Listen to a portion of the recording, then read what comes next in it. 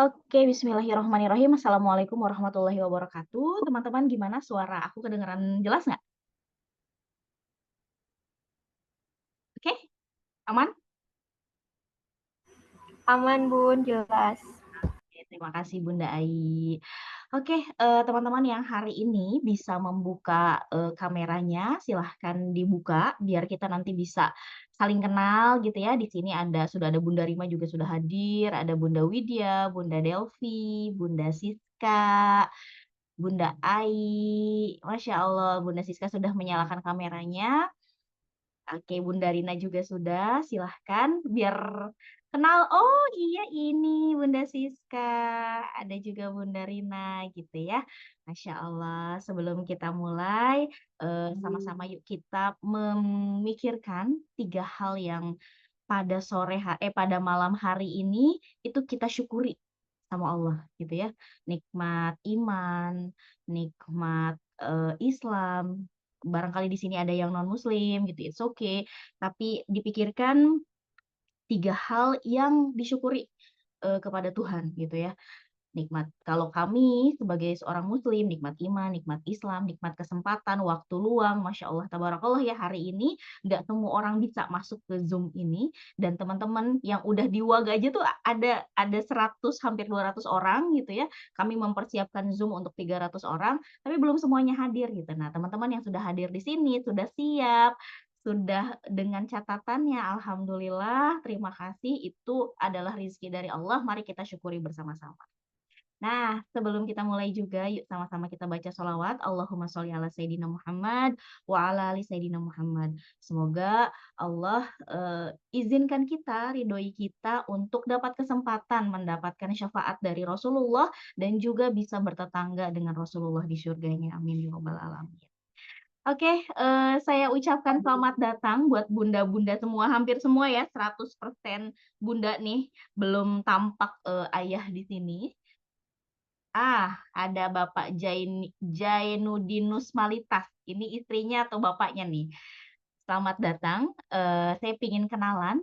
Nanti teman-teman siapa namanya, asalnya dari kota mana gitu ya. Karena di sini hampir seluruh Indonesia, ada yang dari Spirit Nabawiyah Community, ada yang dari Rumah Konsultasi Bakat, ada yang follower di Sekolah Keluarga Indonesia, ada yang follower di Sekolah Bakat Indonesia, semua tumplek di sini. Jadi aku ingin tahu teman-teman dari mana aja. Saya Ani, Bunda Nagara dari Depok.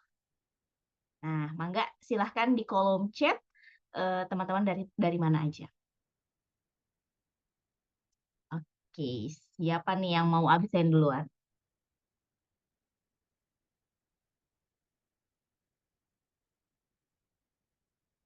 Mbak Siska dari Tangsel ternyata ya, dekat dari Depok, Mbak. Kapan-kapan kita bisa kopdar. Ada juga Mbak Ainur Laila dari Pamulang juga nih, dari Tangsel. Mudah-mudahan Tangsel nanti dapat pemimpin yang lebih keren dari yang digadang-gadang ya, Amin. Assalamualaikum, saya Mala dari Balaraja Tangerang. Tuh orang Tangerang lagi nih. Ini ada Bunda Ayu Gita juga dari Ciledug. Dan Bunda Yohana, wah ini agak jauh nih, di Sumsel, di Batu Raja. Terus juga ada Bunda Malita dari Bantul. Salam kenal Bunda. Oh ya, ternyata yang saya ini Ayah Zainuddin Malitas ternyata ini Bunda Malita. Oke, ada juga dari Riau Bunda Rina Suhartini dan Bunda Dini nih dari Purwokerto. Tapi sekarang posisi lagi di Bekasi. Masya Allah dari Purwokerto ke Bekasi nggak naik roket kan ya Bun ya? Kalau kami dari Depok nih ke Bekasi naik naik roket. Dari Depok juga tapi belum bisa on cam. Oke, pakai bahasa Arab ini Bunda siapa nanti kapan-kapan. Oh Bunda Bima ya. Kita dipertemukan, kita kopdar di Depok. Ada juga Bunda Desi dari Denpasar, Masya Allah jauh banget. Oke, teman-teman, Bismillahirrohmanirrohim. Eh, Selamat datang di Zoom serial Membangun Generasi Tangguh. Ini adalah proyek pertama Sekolah Keluarga Indonesia kerjasama dengan Rumah Konsultasi Bakat di tahun ini gitu ya. Setelah vakum lama banget, akhirnya kita bisa bikin lagi nih kelas-kelas untuk nemenin ayah bunda semuanya. Tapi kali ini juga nggak hanya rumah nggak hanya Sekolah Keluarga Indonesia dan Rumah Konsultasi Bakat, tapi kita juga kerjasama dengan Sekolah Bakat Indonesia. Nanti di akhir saya akan kenalkan siapa itu Sekolah Bakat Indonesia.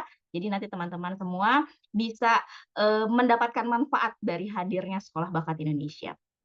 Oke, Bismillahirrahmanirrahim. Tadi sama admin Karima, Mimin, saya sudah diperkenalkan, jadi nggak perlu memperkenalkan diri lagi.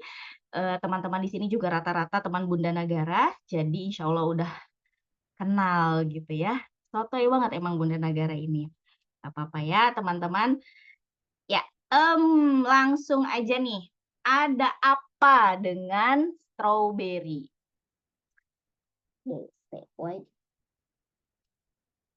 Oke, ada apa ya dengan strawberry? Di sini ada 29 juta orang. Masya Allah, tabarakallah. Kita akan ngomongin tentang generasi strawberry. Kayaknya tuh kalau dilihat dari penampakannya ya, enak banget gitu, lezat gitu kelihatannya, Masya Allah. Asem. Kalau bayangin kita, di tangan kita hari ini ada strawberry, rasain nikmatnya, jadi ikut ikut ngerasain tuh lidah asemnya. Nah, ini teman-teman, ada beberapa fakta, dan saya nggak nyari fakta yang lama, ini fakta yang baru-baru ini terjadi, tahun ini, paling lama setahun yang lalu gitu ya. Ada mahasiswa Malang bunuh diri gara-gara depresi skripsinya tak selesai. Terus juga ada mahasiswa di Jambi gantung diri karena skripsi juga. Ada juga diduga stres skripsi mahasiswa Jogja tewas bunuh diri dalam kos. Masya Allah ya. Kenapa gitu ya? Padahal zamannya kita kayaknya santai-santai aja gitu ngerjain skripsi. Saya juga lagi ngerjain skripsi kayaknya itu hanya part dari my life gitu, bukan seluruh hidup. Tapi kenapa sampai beberapa mahasiswa gitu ya, kemudian ada yang meninggal dengan gantung diri, bahkan menabrakkan diri di kereta dan sebagainya hanya karena depresi karena skripsi gitu. Nah, dalam bukunya si Profesor Rinal Kasali itu pernah ngomong nih, bahkan kalau teman-teman pernah lihat YouTube-nya, itu beliau mempresentasikan generasi Z atau Gen Z yang biasa kita kenal saat ini seperti buah stroberi. Buahnya merah yang merona dengan bentuk eksotis dan indah, ternyata mudah sekali hancur. Jadi tuh sebenarnya stroberi itu dipandang bagus banget, tapi ketika dimakan ya kita nggak perlu effort gitu untuk makannya, cepat sekali hancur di lidah kita gitu. Nah itu kenapa digadang-gadang generasi Gen Z ini adalah generasi strawberry, ya karena mereka tuh sebenarnya kreatif, punya segudang ide, tetapi mudah hancur ketika mendapatkan tekanan. Itu kata Profesor Renal Kasali. Nah, terus juga nih, ini berdasarkan hasil sensus penduduk 2020. Mayoritas penduduk Indonesia didominasi oleh Gen Z atau sebesar 27,94% dari total populasi. Masya Allah ya, lebih dari seperempatnya. Artinya kita memang banyak didominasi anak muda nih dari tahun 2020 ke sini, apalagi sekarang ya tahun 2024. Makin banyak lagi anak muda. Nah, kemudian riset kesehatan dasar pada tahun 2018 menunjukkan ada lebih dari 19 juta penduduk berusia di atas 15 tahun mengalami gangguan mental, emosional, dan lebih dari 12 juta penduduk berusia di atas 15 tahun mengalami depresi. Wow, luar biasa. Ini jurnal ini ditulis sama Rokom tahun 2021 dan hal ini mendukung pernyataan bahwa Gen Z merupakan generasi yang tidak cukup tangguh. Tapi apa benar-benar mereka itu nggak tangguh gitu ya? Saya ingin sharing ke teman-teman terkait dengan salah satu video yang saya temukan di Telegram, judulnya Anak-anak Tapi. Mungkin teman-teman nanti bisa cari di Telegram, Anak-anak Tapi gitu, judulnya gitu. Nah, ini berita-berita yang saya kumpulkan. Tiga pelajar perempuan bunuh diri, remaja tega bunuh teman yang ogah bayar, joki tadi, terus juga pemerkosaan, anak sekolah SD memperkosa, terus juga remaja perempuan. Nah, ini teman-teman videonya. Saya agak cepetin di sini, tapi teman-teman bisa lihat. Aduh, mau dibikin apa ini perempuan? Hah? Sini, sini. Tahu nih. Tahu sih, tahu. Biar apa mau biar babi ini? Mana? Tunggu sini kamu nih. Apa mau dibikin perempuan? Mau dibikin apa itu perempuan? Bikin apa itu perempuan? Mau dibikin Ini juga teman-teman bisa lihat di sini ada eh, dua orang remaja ya, yang satu bukannya melerai malah mendukung.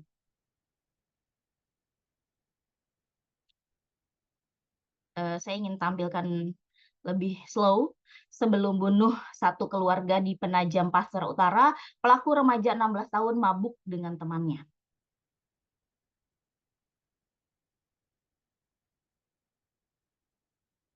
Kemudian, 3 pelajar perempuan mabuk di tengah jalan persawahan Blitar. Remaja tega bunuh temannya yang ogah bayar jasa joki rank Mobile Legends. Jadi karena nggak mau bayar terkait games, terus sampai bunuh-bunuhan. Balita usia 2 tahun meninggal dunia jadi korban pemerkosaan siswa SMP.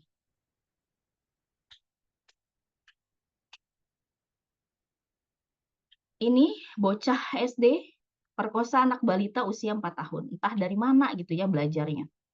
Remaja perempuan coba bunuh diri lompat dari lantai 3 rusun di Makassar. Nah, ini juga remaja usia 15 tahun di Lombok tewas bakar diri gara-gara cemburu. Tadi videonya, teman-teman, saya nggak perlu ulang videonya. Ini sebenarnya sebuah video yang terjadi bukan di Jakarta, bukan di Jabotabek, ini terjadi di daerah, teman-teman. Ini di rumah kosong, ada pelajar, dan ini dilakukan suka sama suka. Artinya tadi si anak perempuan tadi dengan rela memberikan tubuhnya pada beberapa orang temannya yang seusia, dan ini diperkirakan anak SMP. Kemudian juga tadi ada bully yang dilakukan oleh sama-sama perempuan gitu ya, datang temannya bukan yang melerai, malah semakin mendukung. Nah, saya ingin teman-teman mengalirkan rasa. Apa yang teman-teman rasakan ketika melihat fenomena ini? Apakah benar ini tuh generasi yang strawberry, yang lembek, atau ini generasi tanpa adab gitu? Jadi saya ingin teman-teman mengalirkan rasa dulu. Silahkan kalau merasa jijik juga silahkan ditumpahkan. Sebelum nanti kita akan masuk ke sesi gimana nih biar kita punya anak tuh nggak kayak gini. Oke, dipersilahkan ya untuk sharing. Jadi ini sesinya diskusi aja teman-teman. Teman-teman bisa langsung tulis di kolom komen. Oke, miris kata Bunda Septia Murni. Ya, merinding lihatnya. Bahkan kalau teman-teman, saya tadi agak percepat gitu. Kalau ngelihat dari awal sampai akhir rasanya mual gitu, ikutan mual. Bener, ini tuh sedih, kasihan, langsung pengen nangis, jijik, istighfar terus ya Allah.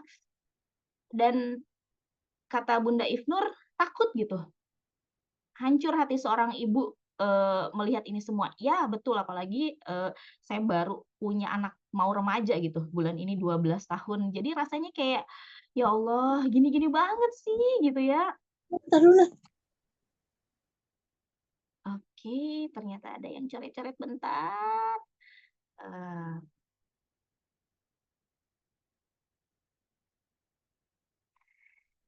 Sedih, ngilu, naudzubillah. Ya Allah, rasanya kenapa ya Indonesia teh gini-gini banget gitu. Tapi apakah benar ini salahnya pemerintah? Ini teh salahnya siapa gitu? Perasaan jadi nggak karuan. Yes, aku juga ngerasain hal yang sama, Bunda. Perasaan jadi nggak karuan.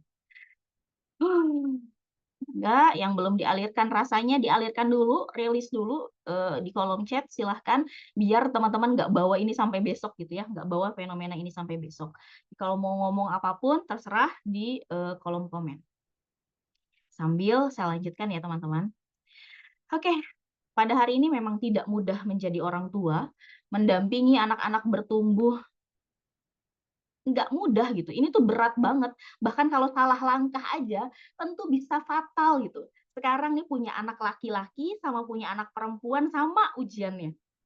Gitu kan. Kalau dulu tuh ada istilah, punya anak perempuan itu lebih berat daripada punya anak laki-laki. Sekarang punya anak laki-laki jauh lebih berat. Apalagi kalau kita tahu bahwa anak laki-laki itu tanggung jawabnya gede banget. Karenanya memang kita sebagai orang tua itu perlu ilmu dalam menjalankan peran kita sebagai orang tua. Jadi please jangan berhenti belajarnya, jangan bosen meskipun aku tahu ini nggak mudah untuk kita menjalankan peran sebagai orang tua sekaligus sebagai murid gitu ya, belajar bertumbuh bareng sama anak-anak. Tapi ini yang perlu kita lakukan hari ini, nggak ada cara lagi selain memang kita perlu belajar. Nah, tapi jangan kecil hati, teman-teman. Karena pernah ada masa di mana anak muda berperan penting dalam sebuah negara. Saya kisahkan cepat saja ya. Ini ada Usamah bin Zaid di umur 18 tahun memimpin pasukan yang anggotanya adalah para pembesar sahabat Rasulullah SAW seperti Umar bin Khattab, Abu Bakar. Ini Usamah bin Zaid menjadi pemimpin, menjadi panglima untuk melawan pasukan terbesar dan terkuat pada saat itu. Kemudian juga ada Sa'ad bin Abi Waqqas di umur 17 tahun pertama kalinya melontarkan arah panah di jalan Allah. Ini adalah sahabat Rasulullah yang pertama kali melontarkan anak panah. Usianya baru 17 tahun. Masya Allah. Terus juga ada Al-Aqam bin Abil Alqam. Teman-teman, ternyata ketika beliau meminjamkan rumahnya menjadi markas dakwahnya Rasul selama 13 tahun, ini baru 16 tahun. Kita sekarang anak 16 tahun kita udah bisa apa gitu ya. Terus juga ada Jubair bin Awam. Ini pemuda 15 tahun yang pertama kali menghunuskan pedang. Jadi kalau misalnya ditanya siapa sahabat pertama Rasulullah yang menghunuskan pedang, Zubair bin Awam. Saat itu usianya baru 15 tahun. Kemudian juga ada Zaid bin Sabit. Ini di usia 13 tahun, Zaid mampu menguasai, jadi dalam 17 hari, beliau mampu menguasai bahasa Suryani, sehingga menjadi penerjemahnya Rasul. Jadi Rasulullah meminta Zaid bin Sabit untuk belajar bahasa Suryani dalam 17 malam. Umurnya baru 13 tahun, luar biasa ya. Terus juga ini Attab bin Usaid, beliau adalah gubernur Mekah, diangkat pada usia 18 tahun. Kemudian ada Mu'az bin Amr bin Zamuh dan Muawiz bin Afra, ini teman mereka itu temenan gitu, datang ke medan perang, satu tujuannya hanya untuk membunuh Abu Jahal. Dan ternyata mereka berdua ini yang berhasil membunuh Abu Jahal. Kita tahu semua ya siapa itu Abu Jahal. Kemudian juga ada Muhammad Al-Qasim. Nah, ini adalah panglima pasukan India, panglima pasukan jenderal di usia 17 tahun menaklukkan India. Nggak hanya 8 orang yang saya sebut, kita juga mengenal Sultan Muhammad Al-Fatih gitu yang bisa menaklukkan Konstantinopel, dan ada juga banyak anak muda yang berperan penting dalam sebuah negara.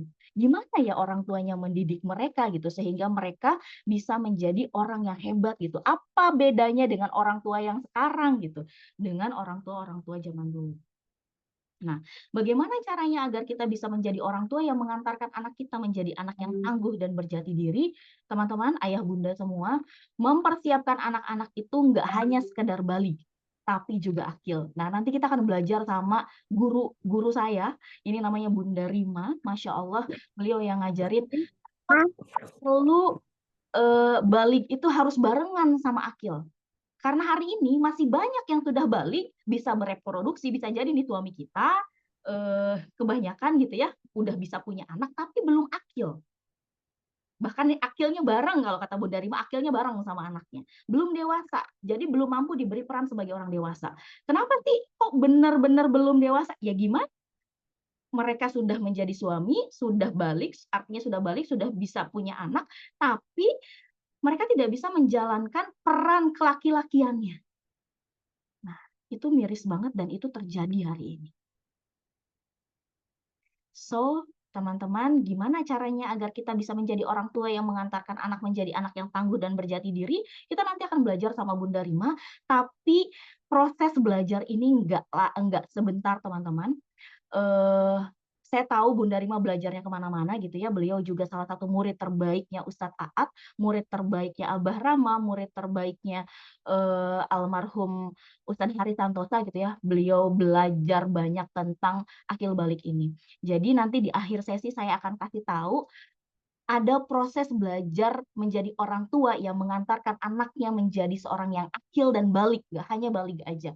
Tapi sebelumnya kita simak materi dari Bunda Rima. Jadi saya di sini hanya akan mengantarkan teman-teman untuk sampai biar dapat materinya sama Bunda Rima. Tapi sebelumnya saya ingin kenalin nih ke teman-teman semua.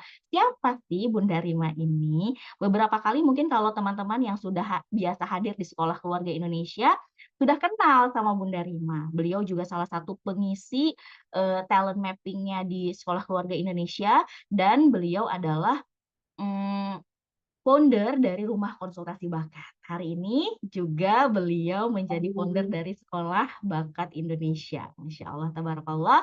Ini biodatanya beliau, Bunda Rima Melani Puspitasari. Bukan Putri ya Bun ya, karena kami ini sering salah gitu. Rima Melani Putri. Bukan, tapi ternyata Rima Melani Puspitasari. Beliau seorang ibu rumah tangga dengan 2 anak yang homeschooling. Luar biasa, satu anaknya sudah 20 tahun dan satunya lagi 11 tahun seusia Nagara. Beliau seorang pendidik yang menyukai belajar, membaca buku, menikmati hari dengan secangkir kopi, dan gemericik air di anak sungai. Masya Allah, sastrawan sekali ya. Aktivitasnya beliau hari ini adalah Head of Business Development The Akil Balik Institute. Makanya saya berani bilang bahwa ini adalah murid kesayangannya Ustadz Aat, karena beliau hari ini dipercaya untuk megang bisnisnya perusahaan Ustadz Aat. The Akil Balik Institute. Terus juga beliau juga aktif di Inspire Psikologi, Direktur Rumah Konsultasi Bakat, Online Talent Club Development, Talent Activation Development, Talent Mapping Practitioner, Personal Kurikulum Practitioner. Nah, saya juga belajar membuat kurikulum dari beliau gitu ya, kurikulum personal gimana sih ngajarin anak, homeschooling sama anak, nanti bisa sama beliau juga. Terus beliau juga home educator, praktisi pendidikan berbasis fitrah, dan member ibu profesional. Hari ini teman-teman kita dikasih rezeki sama Allah, kita akan belajar langsung dari Bunda Rima Melani Puspitasari. Oke, Bunda Rima, dipersilahkan. Terima kasih Bunda Nagara. Bismillahirrahmanirrahim. Assalamualaikum warahmatullahi wabarakatuh. Waalaikumsalam warahmatullahi Waalaikumsalam warahmatullahi wabarakatuh. Ya, selamat malam semuanya, bunda-bunda sekalian, apa kabar? Ini bunda semua ya? Oke lah. Sebentar, saya tuh suka grogi kalau pertama pertama dikasih mic tuh suka grogi duluan. Oke, baiklah.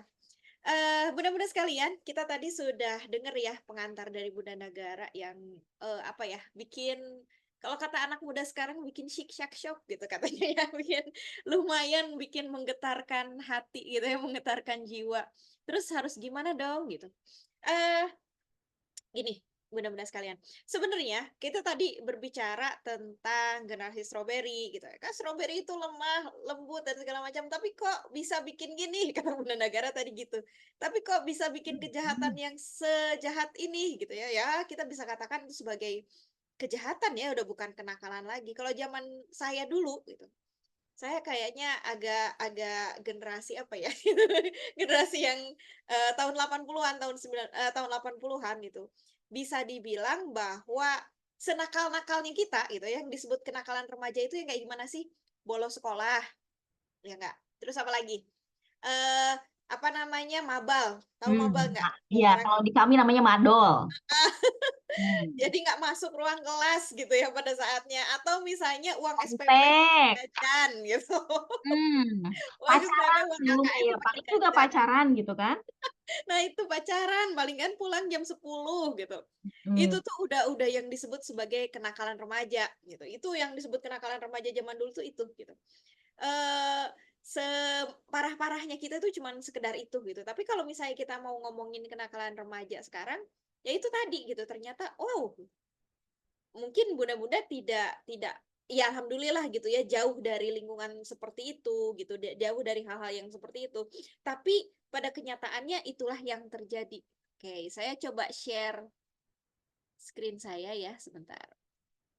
Tapi ternyata memang yang terjadi itu pada kenyataannya adalah hal yang demikian gitu, yang apa namanya? Oke, sebentar.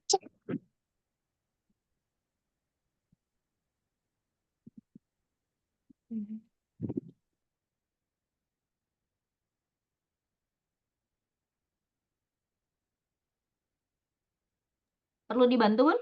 Enggak, sebentar. Ini agak sedikit lola. Oke, bentar. Di sini apakah ada yang punya anak-anak di usia 12, 13, 14, 15 tahun? Ada nggak? Ada, Bu. Ada. Oke, ini biasanya masa-masa yang ini ya, masa-masa yang sedang riskan gitu. Usia-usia belasan tahun itu adalah masa-masa yang suka bikin kita gitu. Suka bikin kita bahagia. Nah, oke, kita akan mulai saja. Di materinya sudah keluar. Ini dia. Tadi sudah dijelaskan sama Bunda Nagara. Buah stroberi itu kayak gini gitu ya.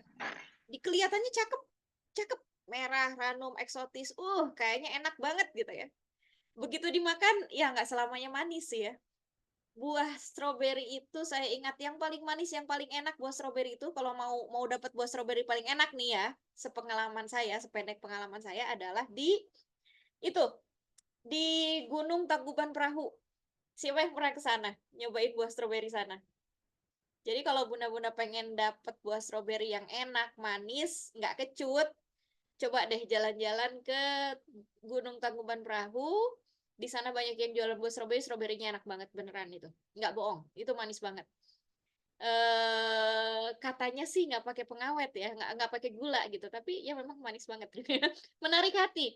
Sama dengan generasi sekarang kan, generasi-generasi Z sekarang gitu. Mereka itu generasi yang kreatif, penuh ide, penuh warna gitu ya, mencengangkan gitu ya. Ide-idenya menarik gitu. Kalau kita misalnya lihat eh, pemikiran-pemikiran mereka itu luar biasa gitu. Kalau kita lihat misalnya gaya mereka, gaya bicara, gaya menyampaikan sesuatu, kreativitas mereka itu di luar apa ya? Kadang-kadang di luar yang kita pikirkan gitu ya. Mereka punya lateral thinking gitu yang keren banget. Akan tetapi di sisi yang lain gitu, mereka memiliki kerapuhan gitu ya. Nggak tahan tekanan, mudah hancur. Bener-bener, kalau nggak percaya coba deh lihat lihat juga di kita sering medsos lah ya, kita main medsos. Coba lihat di media sosial bagaimana keluhan-keluhan mereka gitu. Eh kebetulan saya banyak follow juga anak-anak muda ya di media sosial gitu ya, di thread. Saya banyak follow mereka itu di thread. Anak-anak muda itu di thread.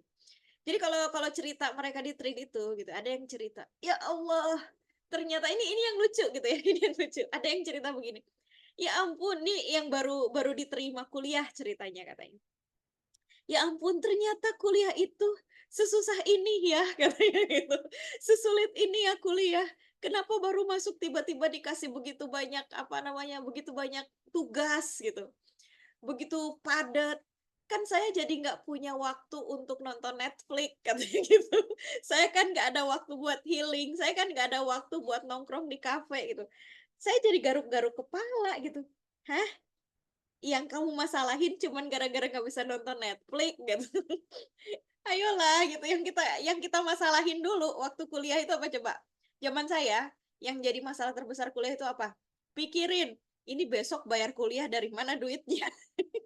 Yang jadi pikiran kita kan itu ya gitu. Seperti yang tadi Bunda Nagara sampaikan gitu ya, di sana ada mahasiswi loh itu, mahasiswi kedokteran. Mahasiswi kedokteran yang berarti kan bukan orang biasa ya. Mereka orang pinter loh kalau mahasiswi kedokteran kan gitu. Mereka orang pintar secara akademik gitu. Tapi memutuskan bunuh diri hanya karena gitu, hal-hal yang menurut kita sepele. Ada yang di Jogja itu memutuskan bunuh diri karena nggak bisa bayar kos. Come on gitu, cuman bayar kos gitu. Yang kamu hadapi itu cuman belum bisa bayar kos gitu. Itu sesuatu yang masih bisa kita usahakan sebetulnya kan, masih bisa kita cari sebetulnya gitu. Dan itu bukan masalah yang besar banget lah gitu. Kalau buat kita ya gitu, buat kita pasti kita akan berpikir, ayolah gitu. Belum belum sebesar itu gitu.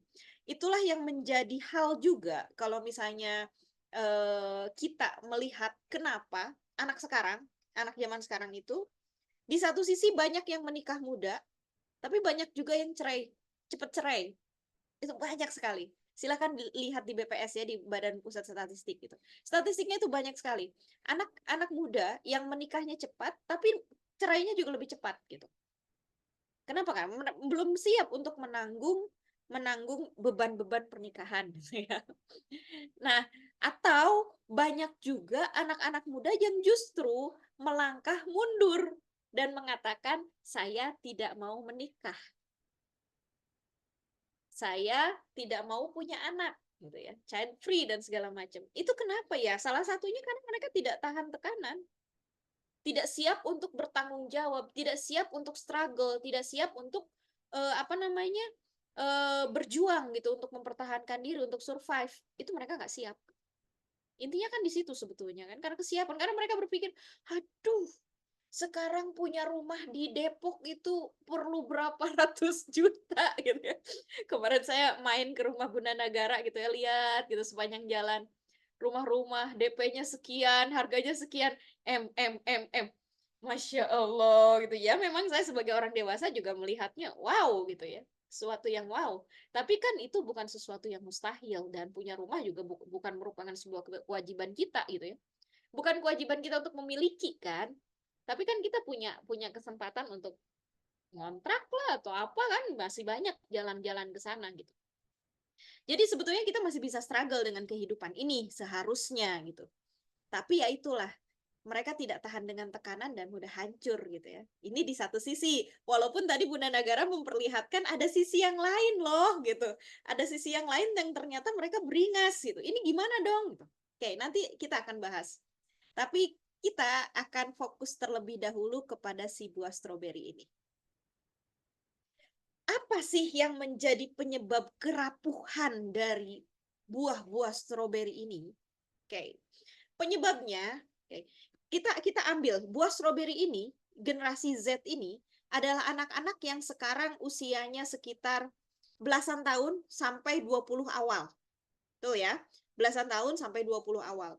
20 awal berarti seusia saya lah, orang tuanya paling cepet ya, karena saya nikah muda gitu. Paling lambat ya berarti 70-an lah ya. 70 sampai 70 akhir sampai 80 awal. Itu adalah rentang usia orang tua dari generasi Z yang melahirkan para stroberi ini. Kita ambil rentang dari 70 akhir sampai 80-an lah ya gitu. Nah, mereka ini, orang-orang tua di usia-usia ini, orang tua yang kelahiran-kelahiran tersebut ini, yang menyebabkan lahirnya generasi stroberi. Kita akan lihat. Nanti akan berhubungan dengan pola asuh ya. Tapi yang pertama, penyebab lahirnya generasi ini menurut Profesor Renard Casali di bukunya ya, Strawberry Generation.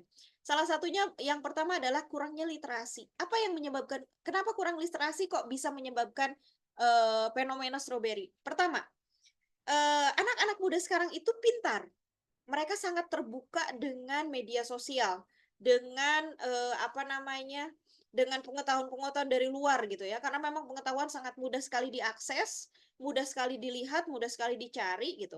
Akhirnya terjadi bombardir ilmu ya, walaupun ilmunya pendek-pendek, karena biasanya yang dilihat itu jarang sekali yang membaca secara keseluruhan, misalnya bacanya dari jurnal gitu ya.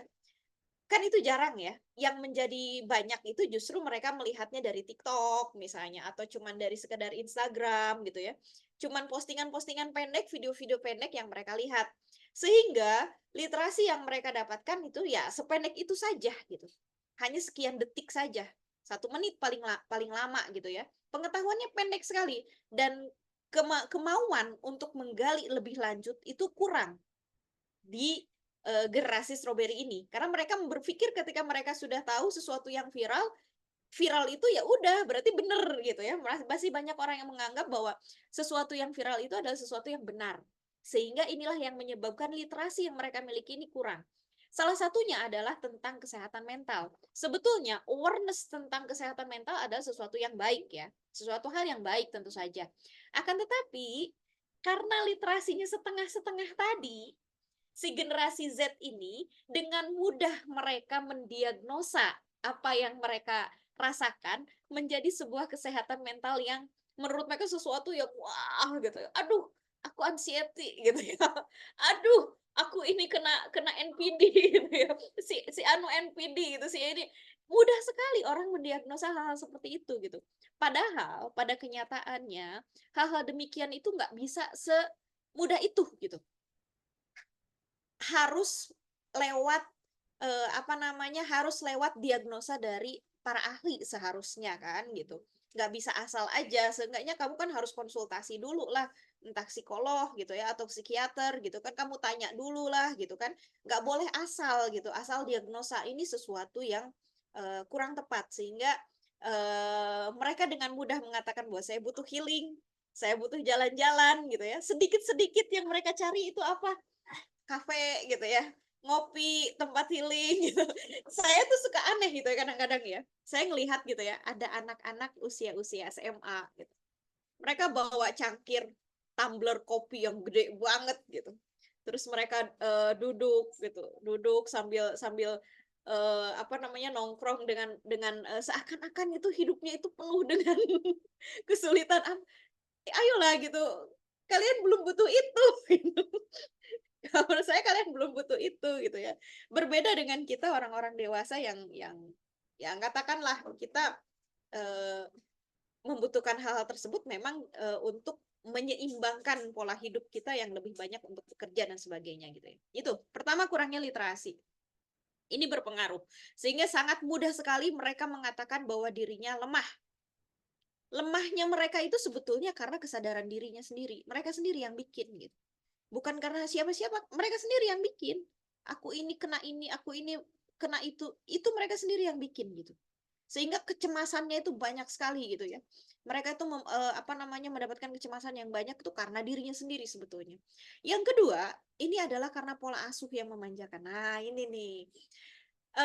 Orang tua kelahiran 70 akhir sampai 80-an gitu.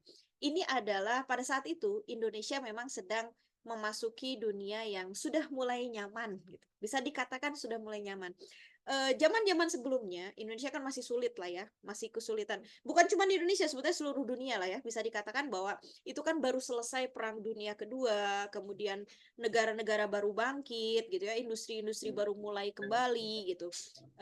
Tapi di tahun 70 dan 80 ini sudah mulai keluar hal-hal, sudah mulai bagus ya. Perekonomian sudah mulai baik gitu. Kemudian juga zaman sudah mulai enak gitu. Walaupun tidak sepenuhnya tapi sudah mulai bisa dikatakan sudah mengalami kenyamanan-kenyamanan gitu.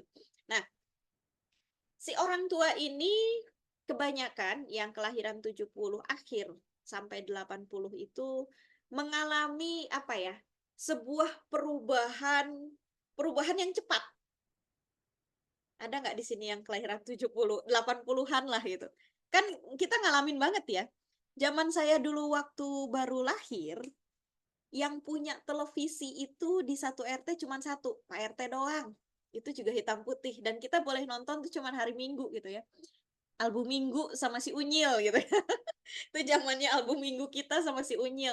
Itu zaman saya baru kecil tuh baru itu yang terjadi. Tapi kemudian berubah cepet banget sampai kemudian seperti sekarang TV bisa diakses dari gadget gitu ya, dari handphone, bahwa segala macam itu ada di handphone. Itu cepat sekali perkembangannya. Nah, orang tua yang kelahiran ini tuh merasa bahwa hidup mereka itu dulu susah gitu ya. Coba deh sekarang banyak sekali kan literasinya ya kalau kita nemuin. Dulu kita makan satu telur itu bisa dibagi 4 anak gitu. Telur sebiji itu dibagi 4 gitu buat 4 anak, dan kita cukup makan seperti itu tuh cukup gitu. Kita struggle, kita berjuang gitu dan segala macam sampai sekarang kita berhasil. Kebanyakan orang tua di zaman itu tuh kemudian karena melihat sekarang perkembangan zaman yang begitu begitu cepat gitu ya, begitu mewah keadaan zaman yang sekarang dibandingkan kita zaman dulu, begitu hedon gitu, begitu hebat.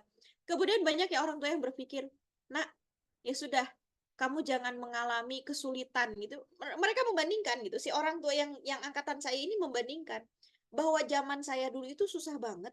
Zaman sekarang anak-anak jangan dong ngalamin kayak saya, kan nggak tega, kan kasihan gitu. Sehingga mereka orang tua ini mengatakan, "Kamu jangan ngalamin susah hidup kayak ibu. Kamu jangan ngalamin susah hidup kayak bapak. Ya udah, kamu mah nggak usah mikirin apa-apa. Yang penting kamu sekolah." Sebenarnya ini cita-cita gitu. Cita-cita kita yang nggak kesampaian gitu. Ini kan dosa orang tua ya, apa namanya, generasi stroberi itu lahir ya salah satunya karena dosa orang tua gitu.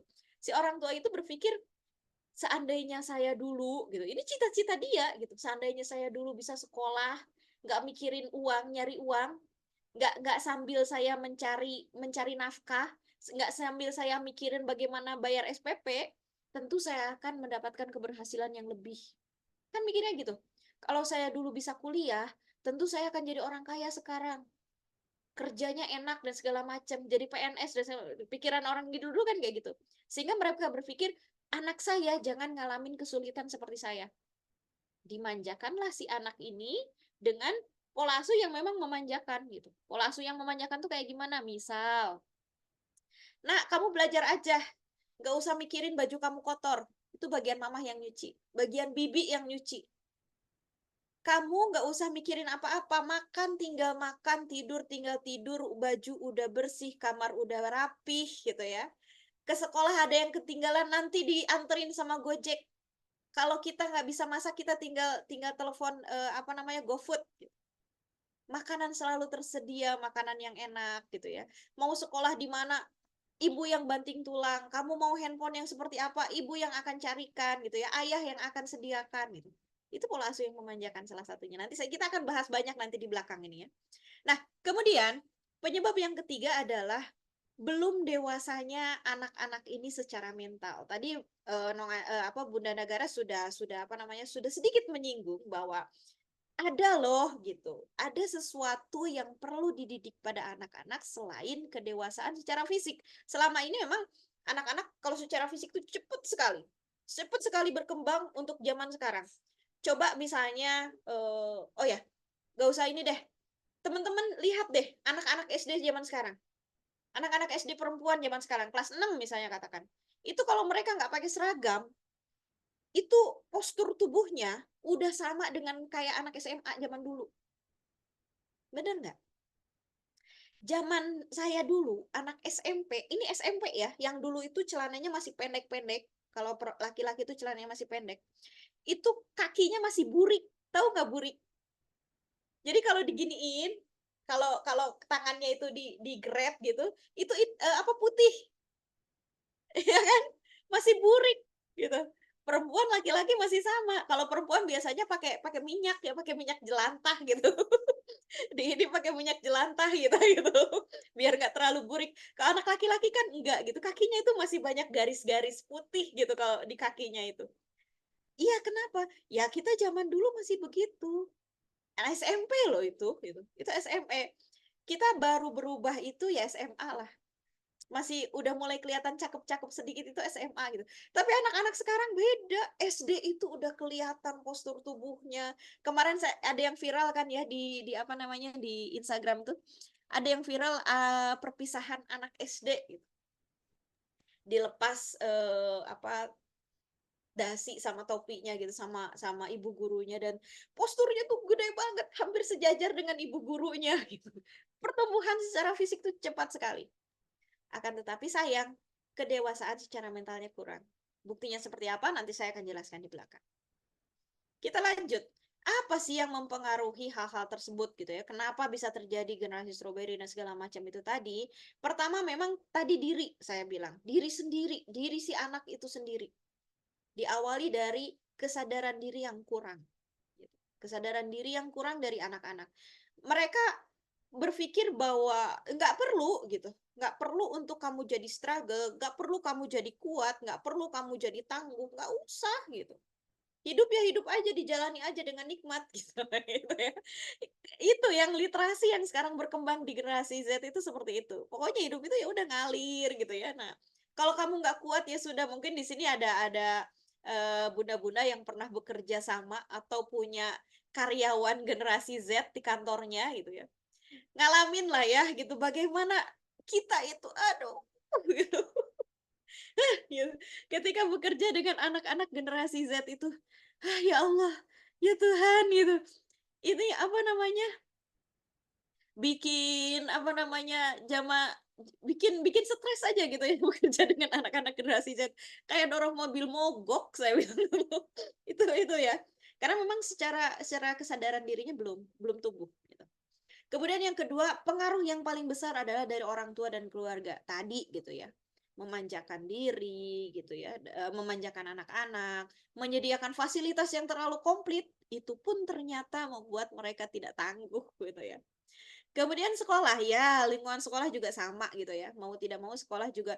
Karena sekarang banyak orang tua yang berpikir ketika mereka melihat misalnya video yang tadi Bunda Nagara spill di akhir tentang kenakalan-kenakalan remaja. Kemudian banyak yang, aduh kasihan, jangan sampai anak saya ikut. Aduh ini lingkungan yang tidak baik. Apa yang dipikirkan oleh bunda-bunda kebanyakan? Saya bertanya tentang bunda nih. Apa yang bunda pikirkan pertama kali yang harus bunda lakukan pada anak-anak bunda ketika melihat video tentang kenakalan remaja tadi? Coba, saya mau tanya. Silakan dijawab. Lebih dijaga, Lebih dijaga. ekstra Bagaimana ekstra cara ketat, menjaganya, Bunda? antar jemput.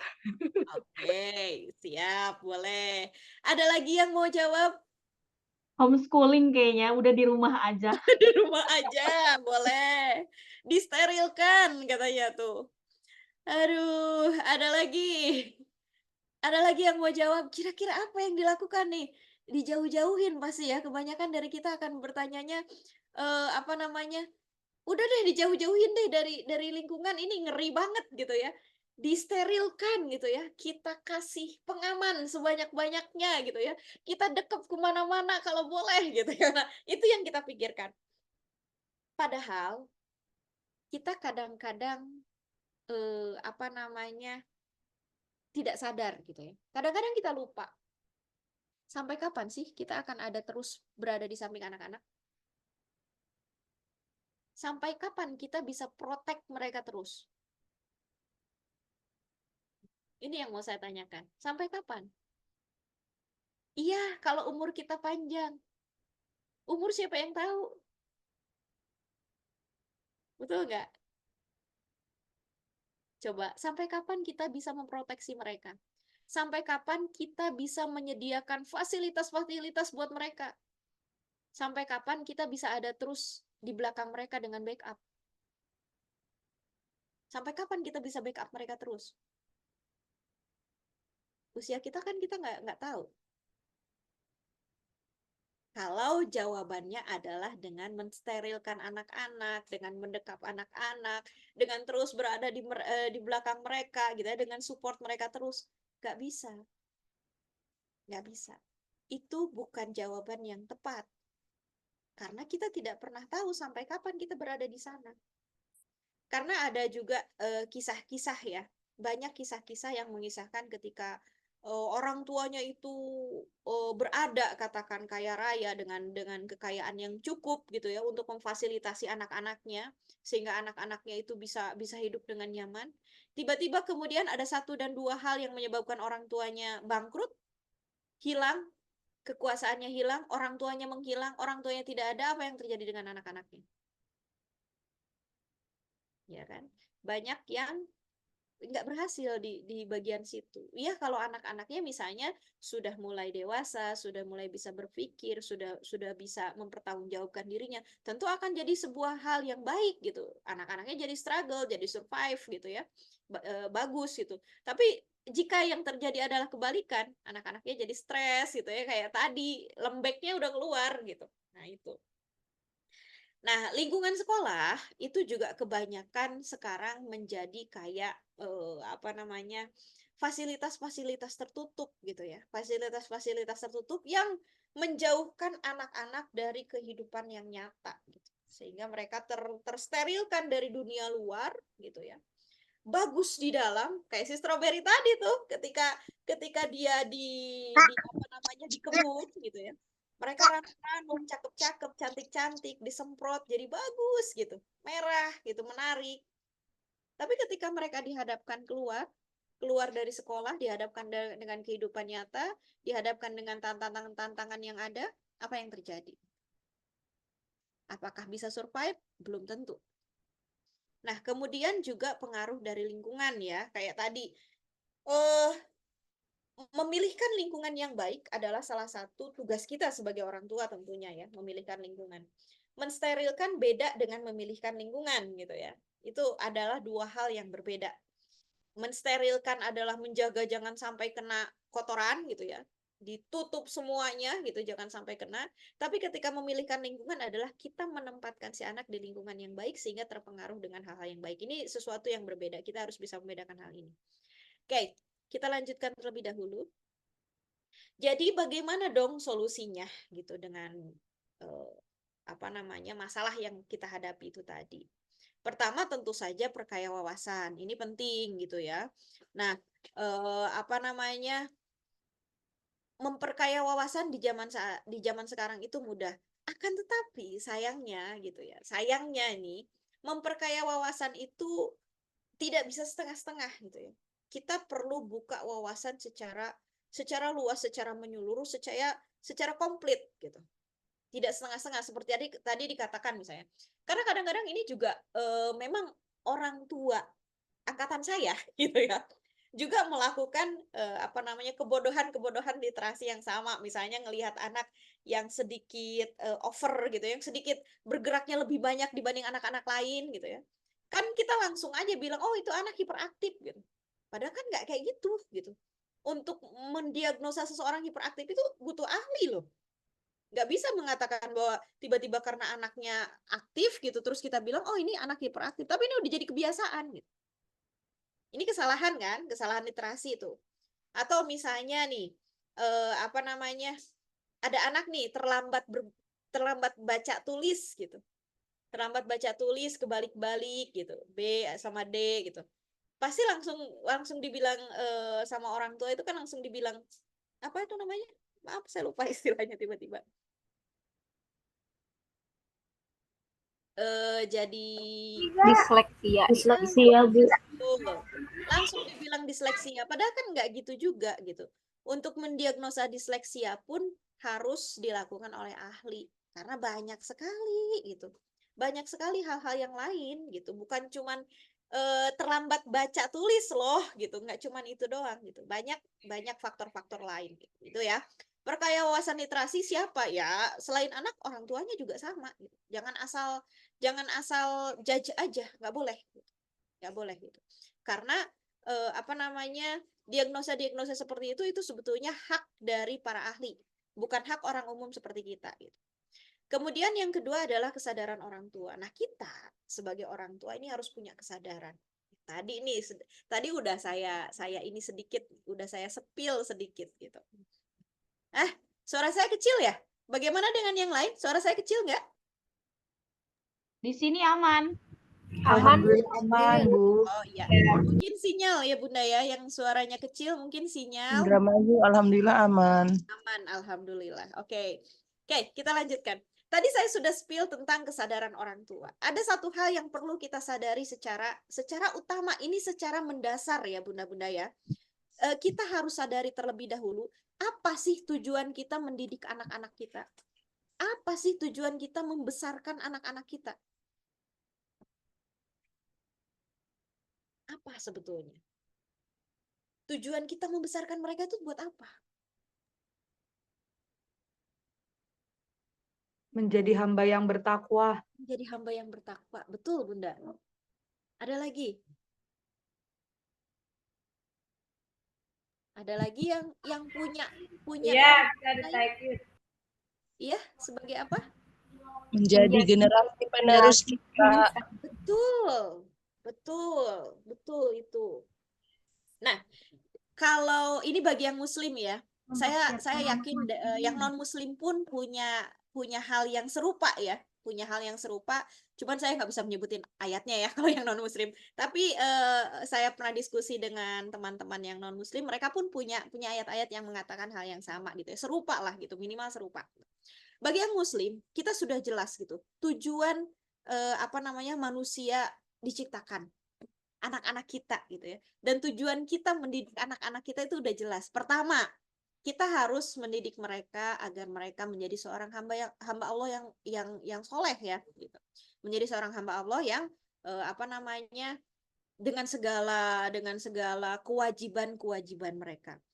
Kemudian yang kedua, sebagai seorang manusia itu juga punya fungsi gitu, punya fungsi sebagai rahmatan lil alamin, sebagai khalifatul fil ard gitu. Nah, ini fungsi-fungsi ini yang akan kita kembangkan, yang akan kita didik, yang perlu nanti kita kembangkan di diri anak-anak kita gitu. Tugas kita sebagai orang tua, sebagai khalifatul fil ard adalah apa? Meninggalkan generasi penerus. Gitu. Kita itu harus meninggalkan generasi-generasi penerus yang akan meneruskan langkah-langkah kita nantinya gitu. Yang akan menjaga bumi, yang akan meneruskan mimpi-mimpi bangsa kita gitu ya. Mimpi-mimpi agama kita gitu. Dan seterusnya gitu. Tapi saya mau tanya, mimpi tersebut kira-kira bisa nggak dicapai seandainya anak-anak kita itu kemudian berkembang jadi anak-anak yang tidak bisa berdiri di atas kakinya sendiri? Bisa nggak? Bisa nggak anak-anak kita itu akan menjadi penerus bangsa, menjadi pembangun peradaban, kalau mereka sendiri ternyata masih bergantung pada kita sebagai orang tuanya? Bisa nggak? Tidak bisa. Akan bisa. Karena sebelum mereka membangun, mereka harus berdiri dulu di atas kakinya. Betul kan? Mereka harus kuat dulu, tangguh dulu, bisa jejeg lah, ajeg gitu ya. Ajeg, berdiri dengan ajeg, baru mereka bisa berjalan. Baru mereka bisa bergerak. Kalau berdirinya aja nggak ajeg, gimana mereka bisa bergerak? Bagaimana mereka bisa berjalan? Nah, ini yang perlu kita sadari.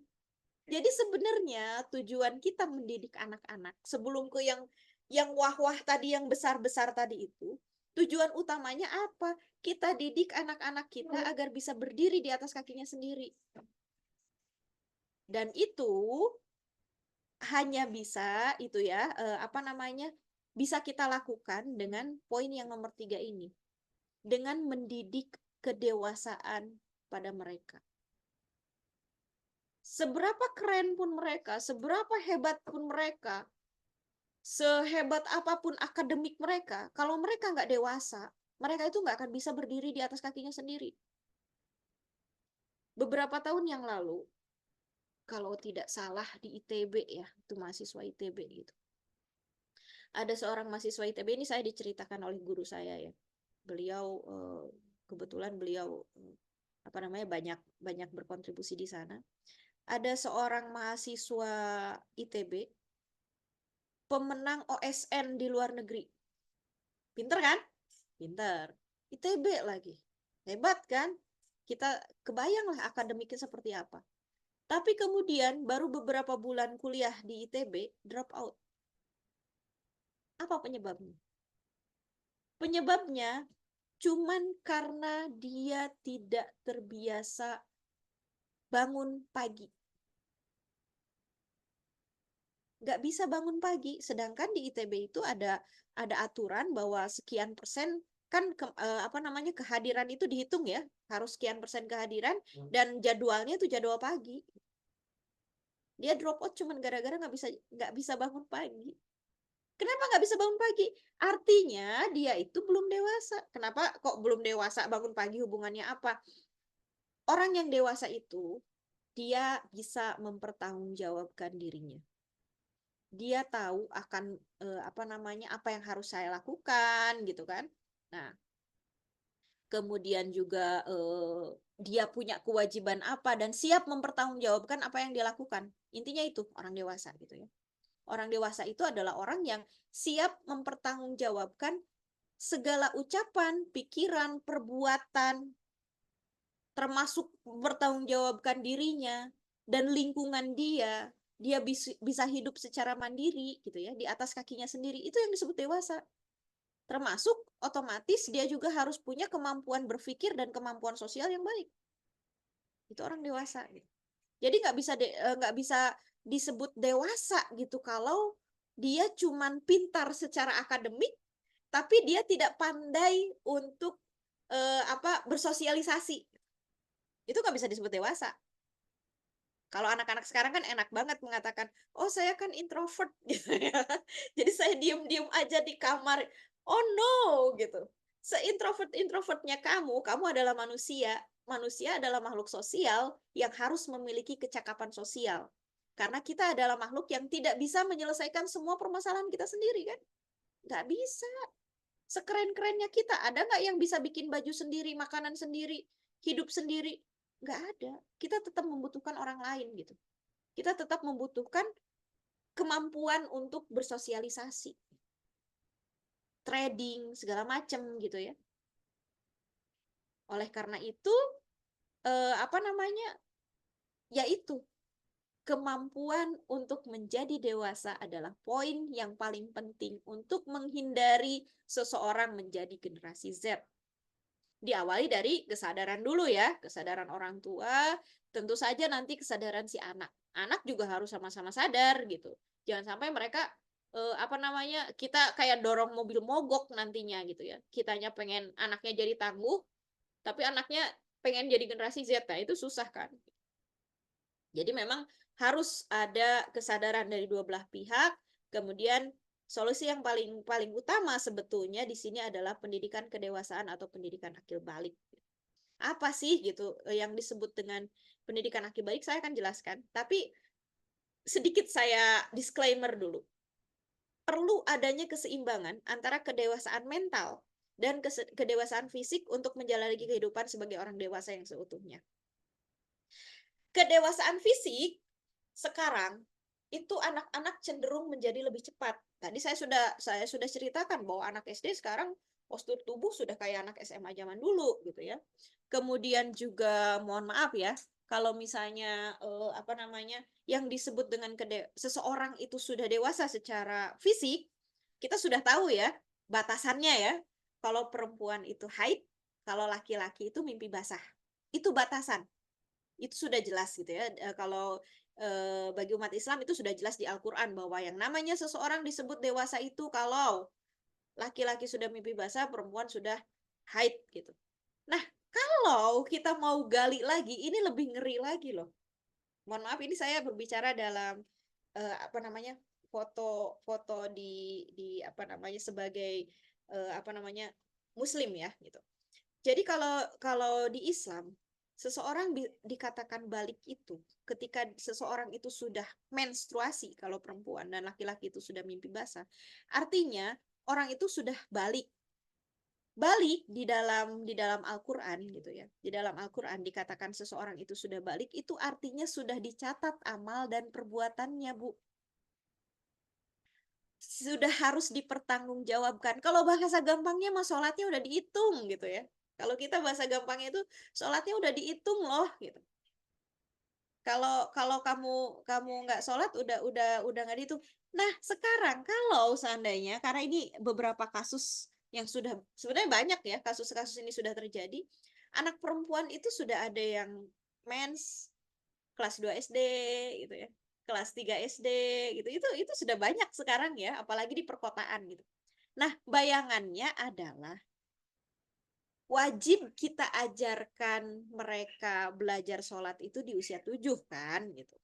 Wajibnya di usia 7 mulai belajar secara karena memang kemampuan anak-anak untuk membedakan antara yang hak dan batil, membedakan yang benar dan salah, kemudian juga kemampuan untuk mematuhi aturan secara ketat itu baru bisa dilakukan di usia 7.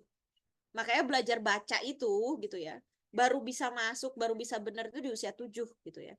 Nah, kalau misalnya usia 7 itu mereka baru bisa memahami hak dan batil, benar dan salah. Terus tiba-tiba di usia 8 mereka sudah balik, sudah harus wajib sholat, padahal sholatnya aja baru belajar gitu kan. Apa yang terjadi? Kasihan nggak? Tiba-tiba harus sudah dituntut benar gitu. Padahal sebetulnya Allah itu adil kan, dari usia 7 Allah kasih batas waktu tuh 12. Aslinya mah 12 tahun balik itu gitu. Aslinya ya 12 plus 3 15 tahun. Jadi 3 tahun itu ada katakanlah pemantapan gitu ya. Ada toleransi gitu, karena ada beberapa ulama yang mengatakan paling akhir itu 15 tahun gitu. Ada toleransi sampai 3 tahun gitu. Sebenarnya jauh tuh, dari 7 ke 12 aja udah 5 tahun sebenarnya kan waktu buat belajar. Tapi karena kita teledor gitu ya dalam mendidik anak, sehingga mereka baliknya lebih cepat gitu ya. Baliknya secara fisiknya lebih cepat, baliklah mereka lebih cepat di usia 8 tahun, di usia 9 tahun gitu. Sementara pengetahuan mereka belum sanggup untuk menerima hal tersebut.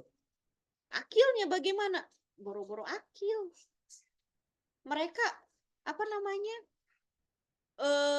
Membedakan baik dan benar saja mereka baru belajar. Bagaimana mereka bisa dituntut dengan dewasa? Dewasa itu kayak gimana sih gitu. Yang namanya seseorang dewasa itu sudah bisa mempertanggungjawabkan dirinya sendiri. Kayak tadi saya katakan, apa namanya? Pikiran, ucapan, perbuatan dipertanggungjawabkan sepenuhnya oleh dirinya.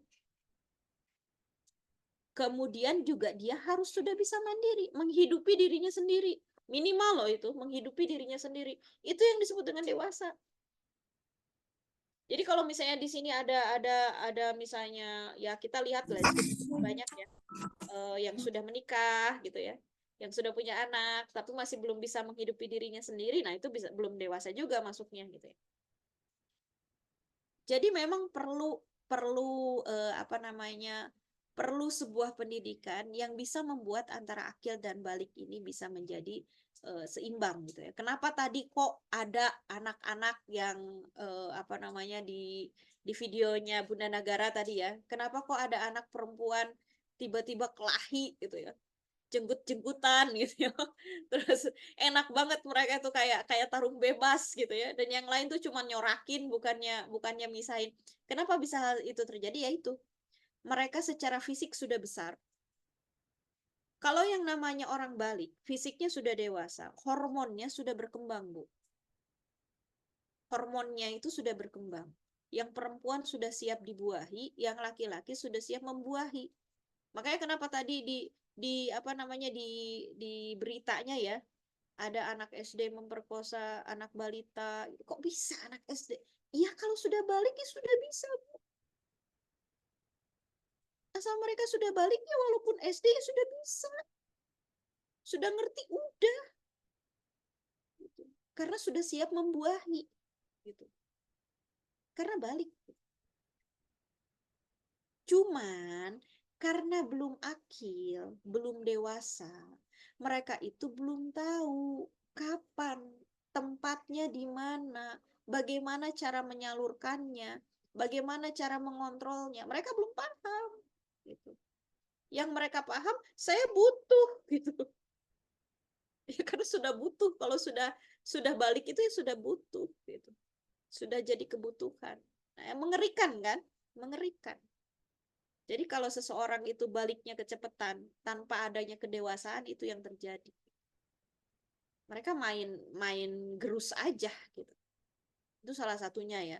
Termasuk juga nanti saya akan bahas lebih detail di kelas selanjutnya ya. Karena di sini waktunya terbatas, ini sedikit saja saya ulas gitu. Dan satu hal yang perlu kita sadari adalah kedewasaan itu perlu dididik, perlu disiapkan, dan dia nggak bisa tumbuh dengan sendirinya.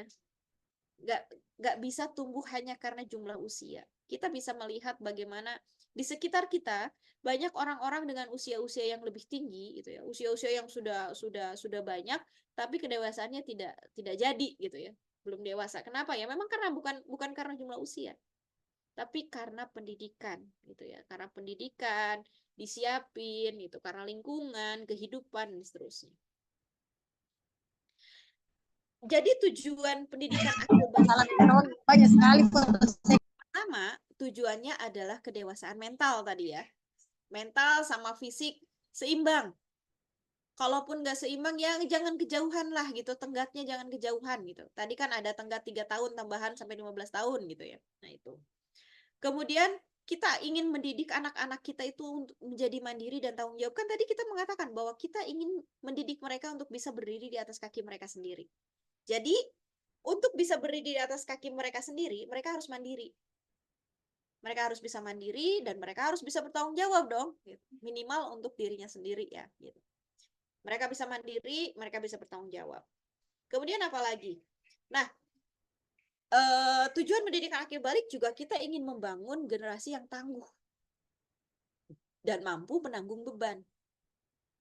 Penting ini ya, kita butuh mereka menjadi orang-orang yang tangguh, mampu menanggung beban gitu, nggak lembek, nggak lemah, nggak gampang hancur gitu.